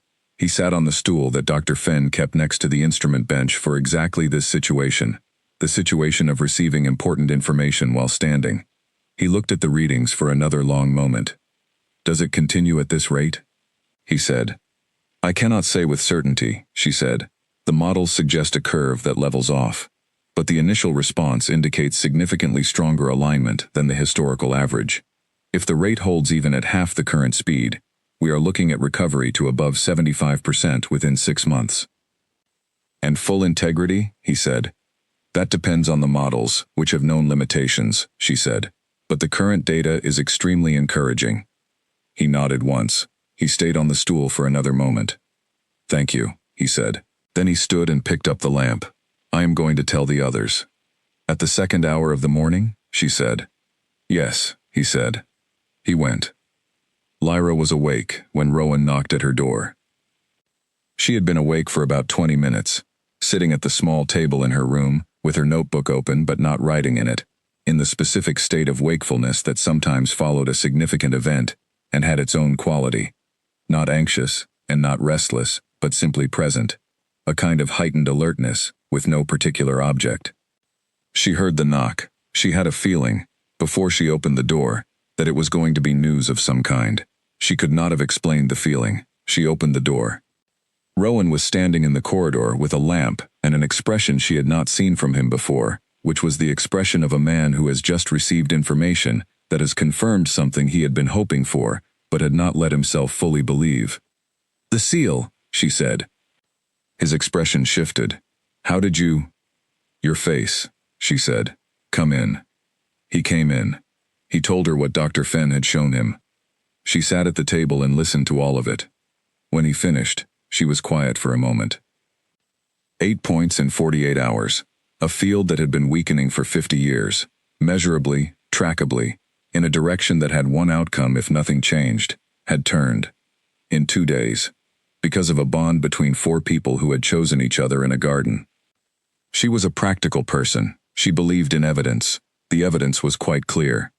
She looked at her notebook. What is the target, she said, for the seal to hold without deterioration? Above 85% is stable, Rowan said. Above 90 is robust. The original bond held it at 93 for a century. And we are at 68, she said. As of tonight, he said. If the improvement continues at even a fraction of the current rate, it will continue, she said. He looked at her. The bond is real, she said. I stopped arguing with that a week and a half ago. If the bond is real, and the bond is what the seal responds to, and the seal is responding, then it will continue responding, as the bond continues to strengthen. She looked at the table. That is the logic. Yes, he said. The bond strengthens as we know each other better, she said. That is how bonds work, yes. She looked at him. Then we should be thorough about knowing each other, she said. The corner of his mouth moved. I have never heard it described that way. I am a practical person, she said. I describe things accurately. He looked at her with the expression she had come to identify as Rowan, allowing himself to feel something in real time, rather than analyzing it first, which he did rarely, and which was, every time, one of the most honest things she had seen from him. Yes, he said, we should be thorough. Cale woke to find Rowan standing at his bedside, which had happened approximately 500 times in his life, and which he had never fully adjusted to, because Rowan's bedside manner at any hour was the bedside manner of a person who had something important to say, and expected the person in the bed to immediately be in a state to receive it. He listened to the seal report with his eyes open and his hands on his knees, and the specific focus of a man processing information of genuine significance. 8 points, he said. In 48 hours, Rowan confirmed. He was quiet. Lyra was awake, Rowan said. I told her first. She took it exactly the way you would expect. Which is how, Cale said. She said the bond is real. Therefore the bond will continue to respond. Therefore we should be thorough about knowing each other.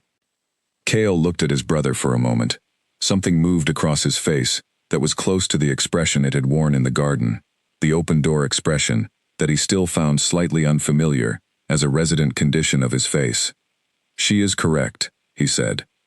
Yes, Rowan said. Go to sleep, Cale said. You look terrible. I have been awake for hours, Rowan said. You look fine, and I resent it. Go to sleep, Cale said again, but with the quality of voice that meant the opposite of hostility. Rowan went to sleep. Cale lay in the dark for a while longer, and thought about 8 points, and 48 hours, and a seal beneath the mountain that had been failing for 50 years, and had, apparently, changed its mind. He did not fully understand what it felt like to have a thing he had been braced against for most of his life turn in a different direction. He had been braced against the SEAL's failure with the specific tension of someone who knows a thing is coming and has arranged their entire manner of living around managing the approach of it, not because the management made it less real, but because it made it more survivable. He had not fully anticipated what it would feel like when the bracing was no longer required. He thought it probably felt like this, lying in the dark at the second hour of the morning, aware of something easing that he had not fully been aware was wound. He thought about Lyra in her room at the other end of the east wing, awake at the second hour, because something had woken her, and sitting at her table with her notebook and the lamp and the news from the SEAL. He thought about what she had said, according to Rowan. The bond is real, therefore the bond will continue to respond, therefore we should be thorough. He thought that thoroughness, as a concept, was something he understood. He fell asleep. In the morning, the summit entered its final 3 days. Lyra was at breakfast in the common hall, which she had taken to attending rather than the formal dining room, when Owen sat down across from her, with the expression of someone who had heard something and had decided to address it. "The SEAL," Owen said. She looked at him. "You heard?" "Edmund told the household staff at the morning briefing," he said. "He said it was public information, which I think means he decided it should be public information." She thought about that. She thought about Edmund, who was a careful and intelligent man, who understood that the information ecosystem around a significant event was as important to manage as the event itself, and who had apparently decided that the SEAL's response to the bonding was the kind of news that should circulate widely, rather than be contained. "You did that," he said. "We did that," she said. "The four of us." "You were the piece that was missing," he said. 3 centuries of that thing failing slowly, and it started turning around in 2 days. She looked at her tea. "The bond is the mechanism," she said, "not any one person." "Yes," he said, "but you had to choose it. The 3 of them could not choose it for you." She thought about that, about the word choose, and what it had meant over the past 30 days. About the archive room and the 7 conditions, and the winter garden, and the morning she had stood in the cleared space of the great hall, and said the words she had written herself, in her own voice, for her own reasons. "No," she said. "They could not." She finished her breakfast. She went to the medical room, which she was in the process of assessing and reorganizing, and which was going to require significant work before it was functional in the way she wanted it to be. She had a list of what she needed and had been having conversations with the palace's procurement systems about sourcing, and there were 2 preparations she could not source locally that she was going to need to grow herself, which added items to the garden plan. She worked in the medical room for 2 hours, and then she went to the strategy room for the morning summit briefing, and then she had a conversation with Dr. Fenn about the SEAL monitoring protocol going forward, which was going to need to change now that there was something to track in a positive direction, rather than simply a deteriorating one. Dr. Fenn was visibly pleased, in a way that she expressed entirely through the precision and efficiency of her work, which Lyra recognized as a register she used herself, and which she found comfortable to be around. "The monitoring schedule," Lyra said. "I want to be included in the weekly readings." "That can be arranged," Dr. Fenn said. She looked at Lyra over the instrument bench. "You want to see the data directly?" "I always want to see the data directly," Lyra said. "Yes," Dr. Fenn said. "I had gathered." She made a note. "Wednesdays, at the 7th hour, the Tower Laboratory." "Good," Lyra said. She made the same note in her notebook and added it to the schedule she was building for the week, which had the look of something being assembled by a person who was beginning to understand the shape of a life that had not previously had this shape, and was building it as they went, which was, she thought, the only honest way to build anything. The summit closed on the 30th day, with a formal session that drew every remaining delegate back to the Great Hall for the documentation and ratification of the agreements reached over the preceding weeks. The Great Hall was full in a way that felt different from the opening session, more settled, more real. The agreements on the table were the product of actual negotiation, and they had the texture of things that had been worked for. Lyra was at the eastern table for the final session, which was appropriate, and which she had not arranged, because she was still serving staff for the duration of the summit, and intended to complete that commitment, as she had intended to complete it when she arrived. She was efficient and quiet, and moved the way she had always moved in this room, with the competence that does not announce itself. The session lasted 3 hours. At the end of it, Vance made a closing statement on behalf of the assembled delegates that she was not expecting. He noted the events of the summit beyond the formal agenda. He noted the sovereign declaration and its invocation, and the formal record of its standing.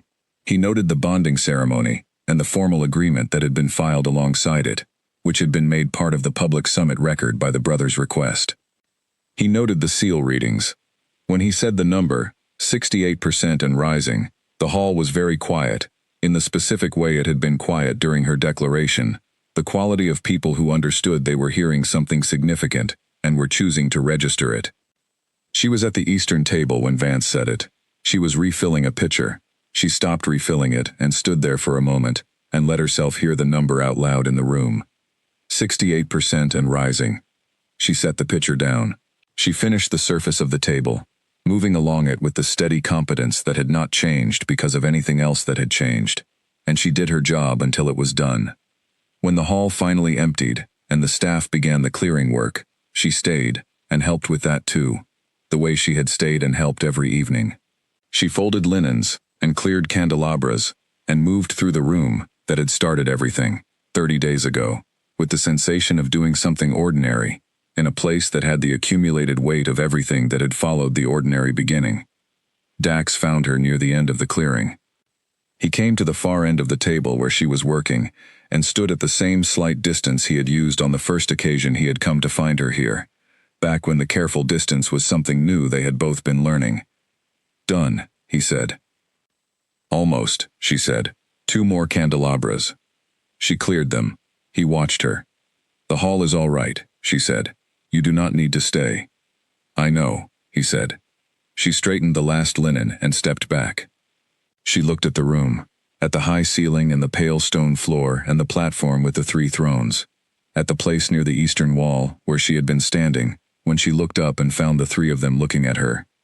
"It started here," she said. "Yes," he said. She thought about the 30 days that had followed, the archive room and the garden and the strategy room and the corridor floor at midnight with Pip, the declaration, the ceremony, the seal reading at the 2nd hour of the morning. All of it, growing out of a moment in which she had looked up from a table she was arranging and found something she had not been looking for. "I was not going to look up," she said. He looked at her. "When I felt you all looking at me," she said. "My first instinct was not to look up, because looking up would be acknowledging that something was happening, and I did not want something to be happening." "What changed your mind?" he said. She thought about it. "I decided," she said, "that not looking at something does not make it not real." He was quiet for a moment. Then he smiled, and it was the real version of the smile, not the performed warmth she had seen on the first summit evening, but the version that had been appearing more often over the past weeks, the one that reached everything. "No," he said. "It does not." She picked up her notebook from the table where she had set it. She looked at the room once more. "Come on," she said. "We should find Cale and Rowan. There are things to plan." "There are always things to plan with you," he said. "Yes," she said. "I find it useful." She walked out of the great hall. Behind her, Dax was smiling, and the torches were burning along the long walls, and the pale stone floor reflected the light, the way it always had, patient and certain, as though it had always known something like this was coming. The 5 of them, Cale and Rowan and Dax and Lyra and Edmund, spent the following morning in the strategy room doing the work that followed a large event. There was a great deal of it. The summit agreements needed to be formally filed. The departure of the delegates needed to be coordinated. The Omega Servitude Law reform, which had been in draft form for 2 years, and which Lyra had reviewed and annotated with considerable energy over the past week, was to be formally submitted to the Pack Council at the first session of the new quarter. The medical room reorganization required approvals that Edmund managed with his usual efficiency. The garden plan was in her notebook and was not Edmund's concern, which she had told him, and which he seemed faintly relieved by. She had also been approached, on the last day of the summit, by the delegates from 3 separate territories about the medical preparation she had described when asked about her work in Thornwick. The conversations had been brief and practical, and had resulted in 2 specific requests for information about the preparations she used. and one request that she consider providing consultation for a territory 2 days' travel away that had the same structural problem as Thornwick, a healer shortage in the outlying settlements, with no sustainable local solution. She had asked for a week to think about that last one. She brought it to the strategy room. A consultation arrangement with an external territory, Rowan said. He had the expression of someone who was already thinking 3 steps ahead in multiple directions, which was his default when presented with a new variable. That requires a formal agreement between Ironvale and the Mossfen territory. It has precedence. It is manageable. The question, Lyra said, is whether it is the right thing to do, not whether it is legally manageable. The territory has a genuine shortage. I have knowledge that could help. The consultation would take time, but would be time well spent if it produced something that lasted. Kale said, "You are already reorganizing our medical room." "Yes," she said. "Both things can be true simultaneously." He looked at her with the expression she had learned to read as Kale being pleased in a way he was not yet fully comfortable expressing, which was different from the open-door expression, and which she was cataloging separately. "Yes," he said. "They can. I also want to teach," she said. "Not immediately, but that is the long term. What I know should not stay with just me. The knowledge needs people to carry it forward, which means it needs to be passed on." "To Pip," Rowan said. "Pip and others," she said. "Pip first, because she is already here, and already capable, and I know her. But others as well. If the Omega law reform changes what is available to Omegas in terms of formal study and apprenticeship, the timing is significant." Dax, from his position by the window, said, "You have been thinking about this for a while." "I think about most things for a while," she said. "I just generally do not say them until they have finished becoming thoughts." "Is it finished?" he asked. She looked at her notebook. At the pages that had accumulated over the past month, the herb notes and the garden plans and the medicine lists and the law annotations and the strategy notes and the seal readings and the meeting with Dr. Fenn and the 7 conditions and the planting schedule for spring, layer over layer of the life she was building from the materials available. "This specific piece of it," she said. "Yes." "Then we should start," Kale said. Not asking, not directing, simply agreeing that the next thing should begin, which was the most Kale way of expressing something she was beginning to understand was support. "Yes," she said, "we should."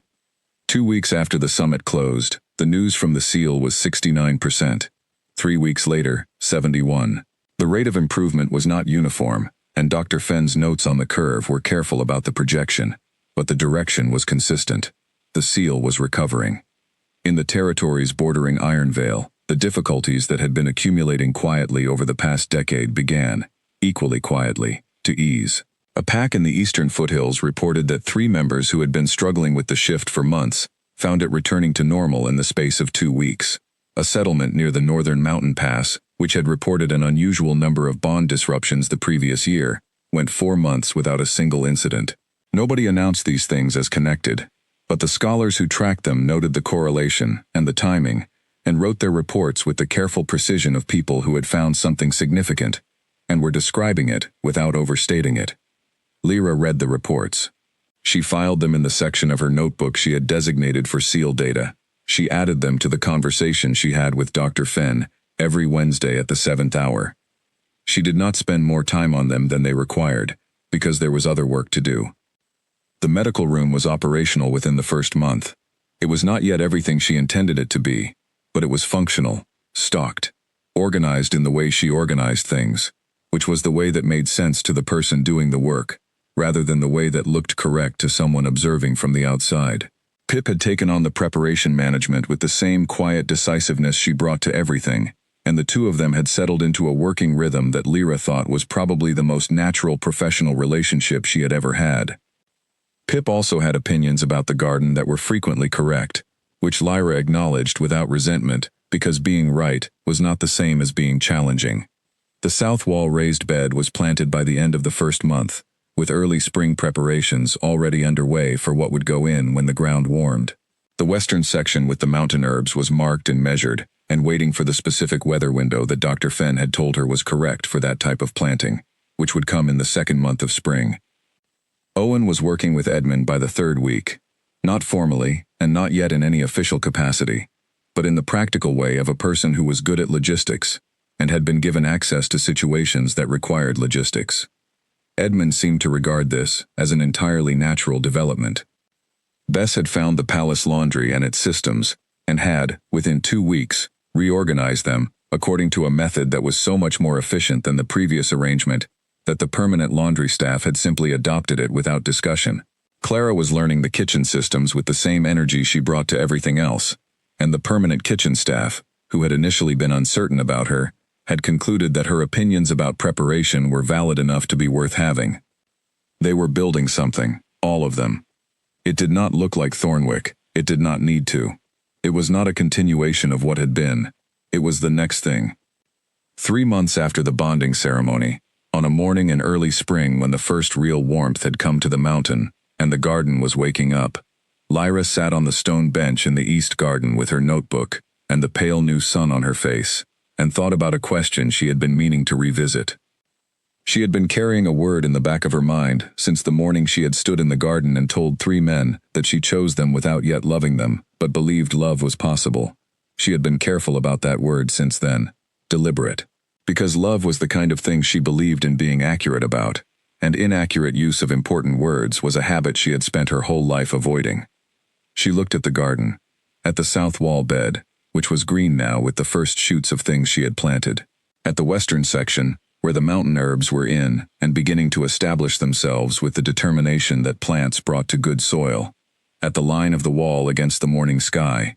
She thought about the past 3 months, about Wednesday mornings in the SEAL laboratory and strategy room afternoons, and the evenings that had become what evenings between people who know each other become, less remarkable from the outside, but more real from the inside. She thought about the conversation in the corridor with Cale about the Northern campaign and the specific quality of the silence that had followed it. She thought about reading in the library with Rowan, side by side, which had happened 3 or 4 times, and which had the quality of something entirely ordinary that was simultaneously entirely not. She thought about Dax, who had taken to appearing in the garden in the early morning without apparent purpose and staying for as long as she was there, not talking most of the time, just being present, which was its own form of communication. She thought about the morning 2 weeks ago, when she had come in from the garden muddy to the elbows, and had walked through the corridor, past the senior pack officials, who were waiting for a briefing, and had not apologized for the mud, because she had been working, and the mud was a consequence of the work. And about how Cale had looked at her as she passed, and his expression had been the open-door expression she was very familiar with by now, but with an additional quality she had been trying to name for 2 weeks. She thought she had named it now. She opened her notebook. She turned to a fresh page. She wrote, "It is accurate now." She looked at what she had written. She closed the notebook and looked at the garden, at the spring light on the new growth, at the mountain above the wall and the sky above the mountain. She had built this, not alone, not in the way of a person who builds something by herself to prove she can, in the way of a person who knows what she is doing, and has found people worth doing it with. She heard the garden gate. She turned. Rowan was coming through, and behind him Cale, and behind Cale, Dax, with his hands in his pockets and the expression of someone who had ended up somewhere good, and was aware of it. "Edmund said you were here," Rowan said. "Edmund says a great deal of things," she said. She had said this before. It was one of those phrases that had become its own kind of language between them, worn smooth from use, until it meant something the literal words did not quite cover. She moved along the bench to make room. All 3 of them sat down, not in the 3 points of a triangle arrangement she had been aware of when she first arrived, beside her, and beside each other, in the ordinary way of people who have been sharing the same spaces long enough that proximity is simply comfort. "The garden is awake," Dax said. "Yes," she said. "The south bed looks good," Cale said. "It does," she said. "The western section is establishing well. By summer, we should have a working supply." Rowan was looking at the garden with his particular quality of attention, the analytical warmth that was specific to him and that she had come to regard as something she was glad to be around. "What are you thinking?" she asked him. "I am thinking," he said, "that it looks the way it used to when she was alive." He said it simply, without drama. She understood who he meant. She looked at the garden. She thought about 3 pots in a storage room, and a woman who had grown things on every available surface of a palace, and had been gone for 11 years. She thought about what it meant to grow something in a place where something had been loved before, what it did to the space, what it contributed to what came after. It is its own thing now, she said. Yes, Rowan said, but it carries it. She thought that was exactly right. She sat in the spring garden with the 3 of them, and the new warmth, and the waking plants, and the mountain above the wall, and what she felt was not the beginning of something, because it was not the beginning. The beginning had been 30 days ago, or 3 months ago, or the morning she had walked into a hall with a basket of greenery, and not expected any of this. What she felt was the middle of something, the real middle, where the roots have gone down, and the structure is established, and the work has become the rhythm, rather than the effort. She opened her notebook. She looked at what she had written on the last page, 3 words in her clear, practical handwriting. What does that say? Dax asked, angling his head slightly. She showed him. He read it. He read it again. He looked at her with the expression that had no performance in it, the one she thought of as the truest version of his face. She showed it to Rowan, who read it, and was quiet for a moment, and then looked at her with the warmth that he no longer kept at a careful distance. She showed it to Cale last. He read it. The muscle in his jaw moved. Then the door opened. Fully, this time, without the self-interruption she had watched it do 100 times before. It is accurate, he said. Yes, she said. I wanted to be sure before I said it. And now you are sure, he said. I am always sure before I say something, she said. He looked at her. I know, he said. I have noticed. She closed the notebook. The garden was bright and alive around them, and the seal was recovering, and the law was being rewritten, and the medical room was stocked, and the mountain herbs were in the ground, and the life she was building itself towards something that she had not had the specific language for when it began, but which she had now. She would say the language out loud later, at a better moment, not on a garden bench at a time that had not been planned for it.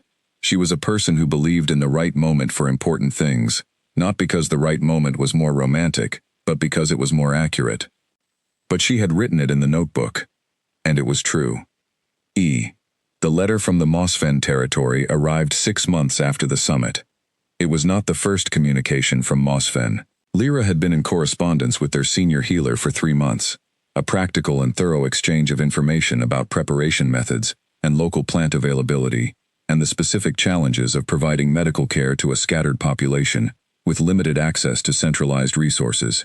She had learned a great deal from the Mosfen healer as well, which she had expected, but which she was glad to find in practice. Good professional correspondence was not a one-way channel.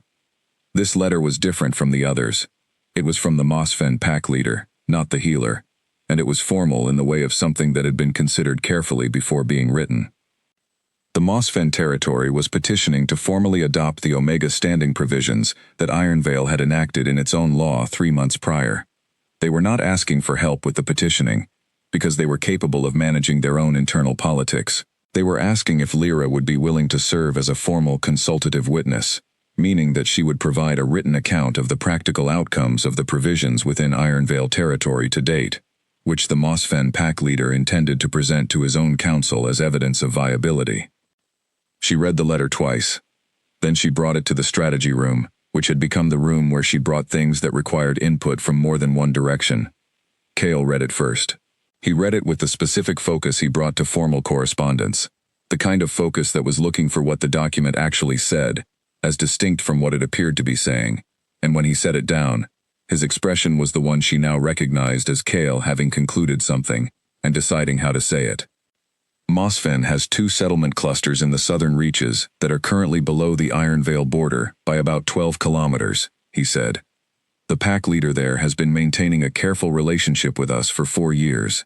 He is not a man who sends letters like this without having already decided what outcome he wants.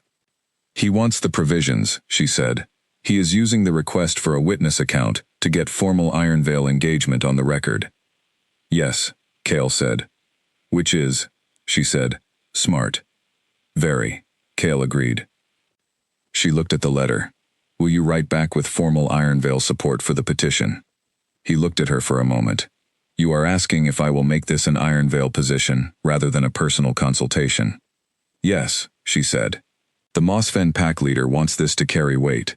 A personal witness account from me carries some weight. An Iron Veil formal position carries significantly more. It is a stronger commitment, he said. It is the right commitment, she said. He held her gaze for a moment. Yes, he said. She wrote her witness account that afternoon. She wrote it with the same care she brought to everything she wrote, which was the care of a person who believed that what was written became what was possible. She wrote about the specific provisions, the changes to the Omega legal classification, the expansion of study and apprenticeship rights, the new requirement that all pack councils include at minimum one Omega designated voice in formal proceedings. She wrote about Pip, who was now 3 months into a formal apprenticeship that had not existed as a formal thing before the provisions were enacted. She wrote about the 3 Omegas from the village, 2 hours east of Ironvale, who had come to the palace medical room with a referral, and had stayed for 2 weeks of intensive preparation training, and gone home to build their own local practice. She wrote about what had changed, and what it looked like in practice, and why it mattered. She sent it to Mosfen. She filed a copy in her notebook. Word from the Ashvale Syndicate arrived 8 months after the summit. Not from Harlan. From the syndicate's senior advisor, a quiet man named Gideon whom Edmund knew from previous dealings and who had spent 30 years managing the operational machinery of a territory, with the specific patience of someone who had long understood that the leadership above him was not always his best resource. The letter was addressed to Edmund, which told Lyra something. The syndicate had internal movement, not a dramatic one, not a public one, but Gideon's letter, read carefully between the lines that Edmund walked her through, described a syndicate that was having a quiet conversation with itself about what had been attempted at the summit and what the outcomes had been, and whether the strategy was sustainable going forward. The syndicate had not gone away. It was not going to simply dissolve because its summit strategy had failed, but there were people within it who were watching what was happening in Ironvale and at Mosfen, and who were conducting their own internal calculations. Lyra wrote back to Gideon herself, through Edmund, not because she was authorized to write to external pack advisors as an official matter, which she was, but because she thought Gideon was the right person to write to, and Gideon's letter had contained, between its careful lines, a specific kind of question that deserved a specific kind of answer. The question, distilled, was, what kind of territory is Ironvale becoming? She wrote him the honest answer. She described the legal changes and the practical outcomes and the work that was ongoing and the direction it was moving in. She wrote it the way she wrote everything, which was plainly and accurately and without decoration, and she told Edmund to send it without modification. Edmund read it before sending it, which was his professional obligation, and which she had anticipated. It is very direct, he said. Yes, she said. It is also very good, he said. Thank you, she said. He sent it. The seal, reading on the Wednesday of the 8th month, was 77%. Dr. Fenn noted it with the specific precision she brought to all readings, and then allowed herself a moment of something that was not precisely emotion, but was adjacent to it, in the way that very controlled people experience the adjacent emotion of a thing they have worked toward for a very long time. Lyra noted it in her notebook. She noted all the readings. She had a graph in the notebook now, a careful one she had drawn herself with the methodical neatness of her handwriting, that tracked the progress from 60% to 77 over 8 months.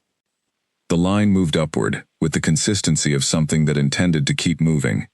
She showed it to Dr. Fenn. Dr. Fenn looked at it for a moment and said, "You drew that by hand." "Yes," Lyra said. "There are instruments that could do it automatically," Dr. Fenn said.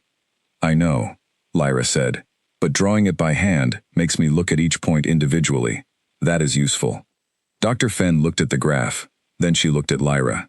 "The rate has been consistent," she said. "Yes," Lyra said, "even accounting for the variance." "At this rate," Dr. Fenn said, "we will reach 85% within the year." "And then what?" Lyra said. "And then," Dr. Fenn said, "we are in stable territory, not restored to the original, but stable. The seal will hold without continued deterioration. And if the bond continues to strengthen," Lyra said. Dr. Fenn looked at the graph again. "The models do not have reliable predictions above 85, she said. We are already outside the range of previous data. Everything above this point is new information. Lyra looked at the graph. At the upward line, consistent and patient. New information is the best kind, she said. Dr. Fenn agreed. On the first anniversary of the bonding ceremony, Lyra sat in the East Garden in the early morning and did not do anything. This was unusual for her. She was a person who used morning time for work, for the garden, or the notebook, or the medical room, or the correspondence, or the preparation review. Morning was productive time, but this particular morning, for reasons she had been allowing herself to feel rather than analyze since she woke, she simply sat on the stone bench and looked at the garden. It was a garden now, not the bones of something that had once been loved and was waiting to be tended again. It was itself. The south wall bed was full and organized and already providing more than they needed, which meant they were distributing the surplus to the village settlements in the southern reach. The western section was established, the mountain herbs standing straight and specific in their rows. The rose stems along the eastern wall had been carefully cut back and shaped, and had bloomed in the summer, with a particular deep red, that Dax had said was the color they always were when his mother was alive, and which she had said was the color they were going to be from now on as well. She looked at all of it, at what a year had made of a winter garden. She thought about the anniversary and what it meant to her. She had been thinking about it for several weeks, honestly, not with anxiety, with the specific quality of attention she brought to important things when she wanted to arrive at them with accuracy rather than speed. The exit clause. 1 year, if she chose to leave. She had not forgotten it. She had never forgotten it. She had checked in with it regularly, at intervals she had set for herself, not because she expected to use it, but because she had made a commitment to herself about keeping the option real, and keeping it real meant checking in with whether it was something she wanted. It was not something she wanted. It had not been something she wanted for several months, but she had kept checking, because the integrity of a choice depended on it being revisited honestly. She heard the garden gate. She turned. Cale. He had been doing this for months now, appearing in the garden in the early morning. Not always, but often enough that it was a pattern. He came without announcement and without apparent agenda, and he usually did not stay long, and what happened in the garden mornings between them had accumulated into something that was different from the strategy room, and different from the evening hours, and which she associated specifically with this place. He sat down beside her on the bench. She looked at the garden. The exit clause, she said. He was still. I am not using it, she said. I want you to know that I checked in with it, the way I said I would, and I am not using it. That is my answer. A pause. All right, he said. I am also telling you, she said, that I am going to stop checking in with it after today. Not because it is gone. It was always a real option, and it remains one. But I have checked in with it 12 times over the past year, at the intervals I set for myself. And every time the answer has been the same answer, and at a certain point continuing to check something that has not changed its answer, is not honesty, but a different kind of management. He looked at her. I am staying, she said. That is what I am saying. I am staying, because I want to stay, not because I have run out of time or options, and I want you to know that I know the difference. He was quiet for a long moment. I know you know the difference, he said. I know you know I know, she said. I am saying it out loud anyway. Something moved across his face. The open-door expression, which was no longer unusual, which had become simply a face she knew, but which had in this particular moment a quality she had not seen before. It was the expression of a person receiving something they had been very careful not to need, and which they had received anyway. Thank you, he said. She looked at the garden. They sat in the morning quiet for a while, which was one of the things she had come to understand was one of the most real things between them, the ability to be in the same space, without the space requiring to be filled. Pip appeared at the garden gate with a tray, which she set on the low table near the bench with the efficiency of someone who had been doing this for months, and had developed strong opinions about the correct temperature at which the morning tea should arrive. Anniversary morning, Pip said. Yes, Lyra said. Rowan and Dax are in the east sitting room, Pip said. They have been there since the 8th hour. I do not know what they are doing because I did not ask. Lyra stood. She picked up her notebook. She looked at the garden one more time. I will go find them, she said. Are you coming? This was addressed to Kale, who stood without comment and followed her out of the garden. Rowan and Dax were doing what Pip had said, which was being in the east sitting room without a specific agenda, which was the only time Lyra had ever seen them without a specific agenda, and which she took as a sign that the occasion warranted it. Dax was on the window seat. Rowan was in the chair that was near but not at the desk, which was the chair he used when he was not working. She came in. Kale came in behind her. Anniversary, Dax said. Yes, she said. She sat on the small settee. Kale took the chair across from Rowan. The exit clause, Rowan said. It was not a question. He had the particular quality of already knowing something, and choosing to give it the dignity of being said out loud. I am not using it, she said. I told Kale in the garden. Rowan nodded once. Dax looked at her from the window seat with the expression she knew very well, the truest version of his face, and said, Good. She looked at all three of them. At Kale in the chair, with the open-door expression that was simply his face now. At Rowan, with his analytical warmth and his way of seeing things clearly, and holding what he saw without flinching. At Dax, by the window, who felt everything and showed it to the people who had earned it. She thought about the notebook in her lap, about 3 words on a page from 3 months ago that she had not yet said out loud in the full version. She had decided at the time that she would say it when the moment was right. She was a person who believed in the right moment for important things. She thought this was the right moment. I have something to say, she said. 3 faces turned to her with complete attention. She said it. She said all of it, the full version, not the 3 words in the notebook, but the words that had been accumulating around those 3 words for the past several months, the specific and concrete and honest account of how she had arrived at this, which was how she arrived at everything, which was by looking at it clearly and checking the evidence and not saying it until she was sure. She was sure. When she finished, the room was quiet for a moment. Dax said something first. It was the honest version of what he had been holding for some time, and it was clear and direct in a way that she had come to understand, meant he had decided it was safe to say it, which from Dax was its own form of the highest trust. Rowan said his version, which was precise and layered in the way of Rowan's feelings when he let himself have them, which landed exactly as accurately as everything he said. Kale said nothing immediately. He looked at her across the room with the open-door expression and the jaw muscle that did not move, and the eyes that were not managed. Then he said, I have been waiting for the right moment to say the same thing. I know, she said. I can tell. He looked at her. You can always tell, he said. Yes, she said.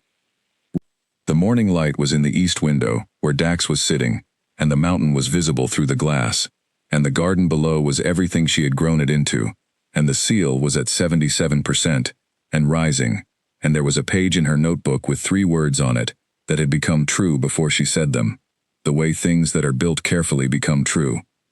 She was exactly where she had chosen to be.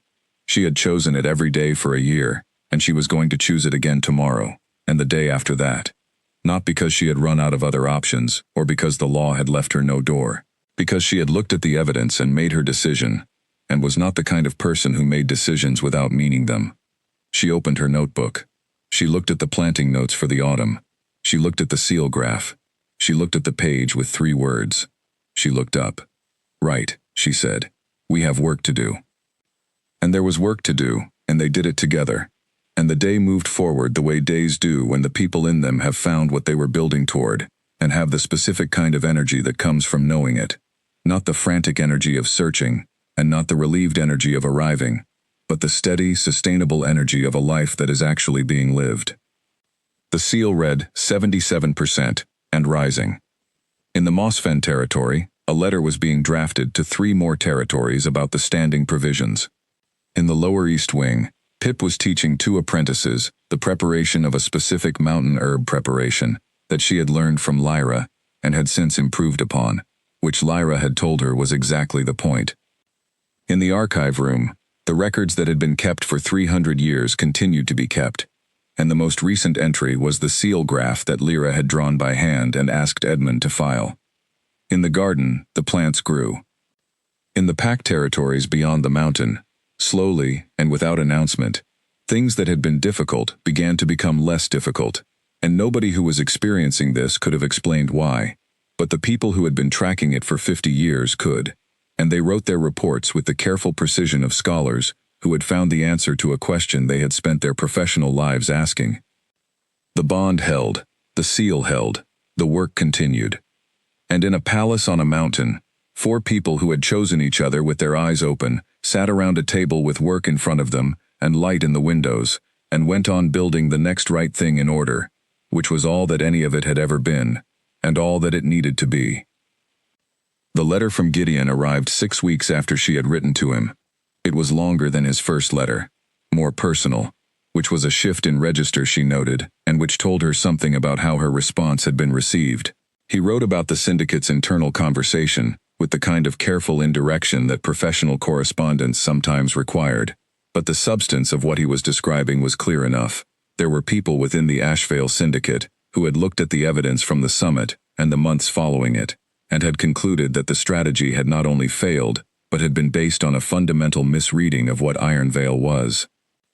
They had assumed, Gideon wrote, that what they were looking at, when they looked at the 3 brothers, was the same kind of power they understood, the kind that could be leveraged through the right combination of legal pressure and personal vulnerability. What they had not anticipated was a 4th person who was not a vulnerability, but who was, in some respects that Gideon described carefully and without flattery, the most difficult kind of opponent, which was the kind who had done their reading. She had smiled at that, briefly. He did not make an offer in the letter. He made instead an observation, that the territory which was building something new was more worth watching than the territory which was defending something old, and he noted that the most recent communication from Mosfen suggested that what Iron Veil was building was not staying contained within Iron Veil's borders. She wrote back. She wrote back the way she had the first time, plainly and directly, and she told him that the work was always going to be visible, because visible work was how other people decided whether they wanted to do similar work, and that was the point. She copied the letter into her notebook. The first full summer in the garden arrived with a specific quality of abundance that she had hoped for, but had not been certain of, because gardens did not always perform according to plan, and she had been careful about her expectations. The south wall bed produced more than they needed, which became a distribution to the nearest settlements. The western mountain herb section was established and producing, and Dr. Fenn had come down from the tower laboratory twice to look at it, which was a form of endorsement that Lyra valued for its rarity.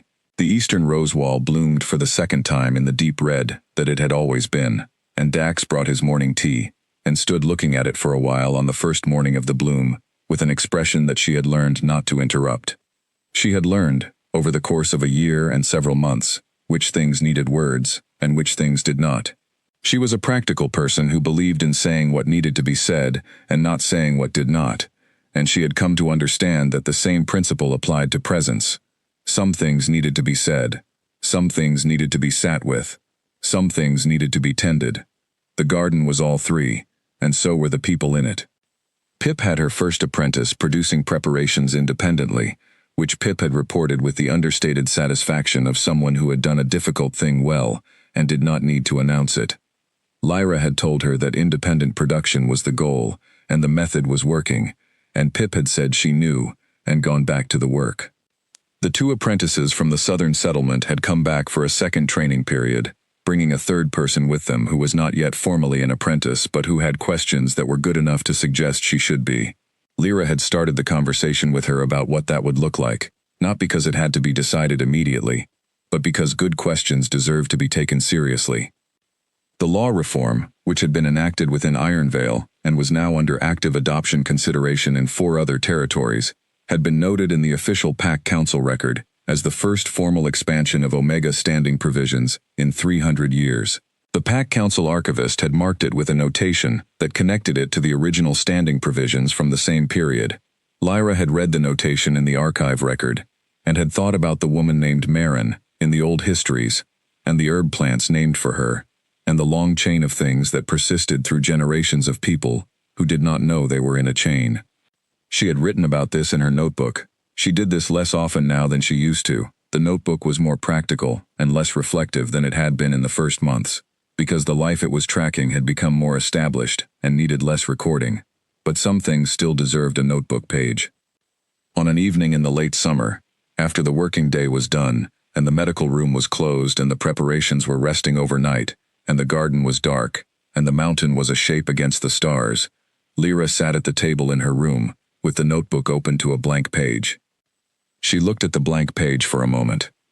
She turned back through the pages, past the planting plans, and the seal readings, and the letter copies, and the training notes, and the 3 words that had become true before she said them, past the 7 conditions, past the word 15, underlined. She turned to the very first page, the blank page that had been there when she bought the notebook in Thornwick, before the summons, before the palace, before any of this. She looked at it. She closed the notebook. She sat for a moment in the quiet room with the summer night outside the window and the mountain dark against the sky. She thought about a girl in a valley with a herb garden and a salvaged wood table, and plans that were small and specific and entirely her own. She thought about what that girl would have thought if someone had told her where she was going. She thought she probably would have said no, firmly and with excellent reasons, and then made something else entirely. She thought about the fact that she had said no, and then had looked at the evidence, and had built something that was not what she would have planned, but which was, by any measure she had for these things, exactly right. She was not the same person she had been when she carried the herb basket into the great hall. She was more of herself. That was the distinction she had arrived at over the past year and several months, the distinction between being changed by external events and being expanded by choices you had made in response to them. She had expanded. She had not been lost. She opened the notebook to the fresh page at the end. She wrote the date. Then she wrote, in the plain and accurate language she had always used, the seal is at 81%. The south garden is producing well. The mountain herbs are established. There are 3 apprentices now, and 2 more inquiries from the Western Territories, and a letter from Gideon that I need to respond to, and work in the morning that I am looking forward to. She paused. She added one more line. I am exactly where I chose to be. She closed the notebook. She went to sleep. Outside the palace walls, the pack world was changing, in the slow and incremental way that large things change, at the level of daily decisions made by individual people, in ordinary moments, that accumulated into something nobody could have planned from the beginning. The seal continued its upward line. In Dr. Fenn's laboratory, the Wednesday readings were filed and graphed and noted with the careful precision of a woman who had spent a professional life waiting for this number to move in this direction. In the Mossfen territory and the 3 beyond it, Omega standing provisions were being written in the careful language of law that becomes the architecture of what is possible. In the Ashvale Syndicate, Gideon was writing a letter that was neither an apology nor a concession, but was something harder to define, and potentially more useful than either, which was the letter of a person who had watched something from the outside for long enough to understand what it was, and who was deciding whether to say so. In a garden on a mountain, the summer things bloomed, and the mountain herbs grew, and the roses on the eastern wall were deep red in the morning light, and Pip was teaching her 3rd apprentice the preparation of a cold remedy that worked, because the person who had developed it understood both the plant and the patient, which was the same thing that had always made it work. And 4 people who had chosen each other with their eyes open sat in the morning or worked in the afternoon, or were quiet in the evenings, or talked through the night about things that needed talking through, and built the next right thing in order, which was what the life they had chosen looked like from the inside. Not a story that had ended, but a story that was going, just going, forward.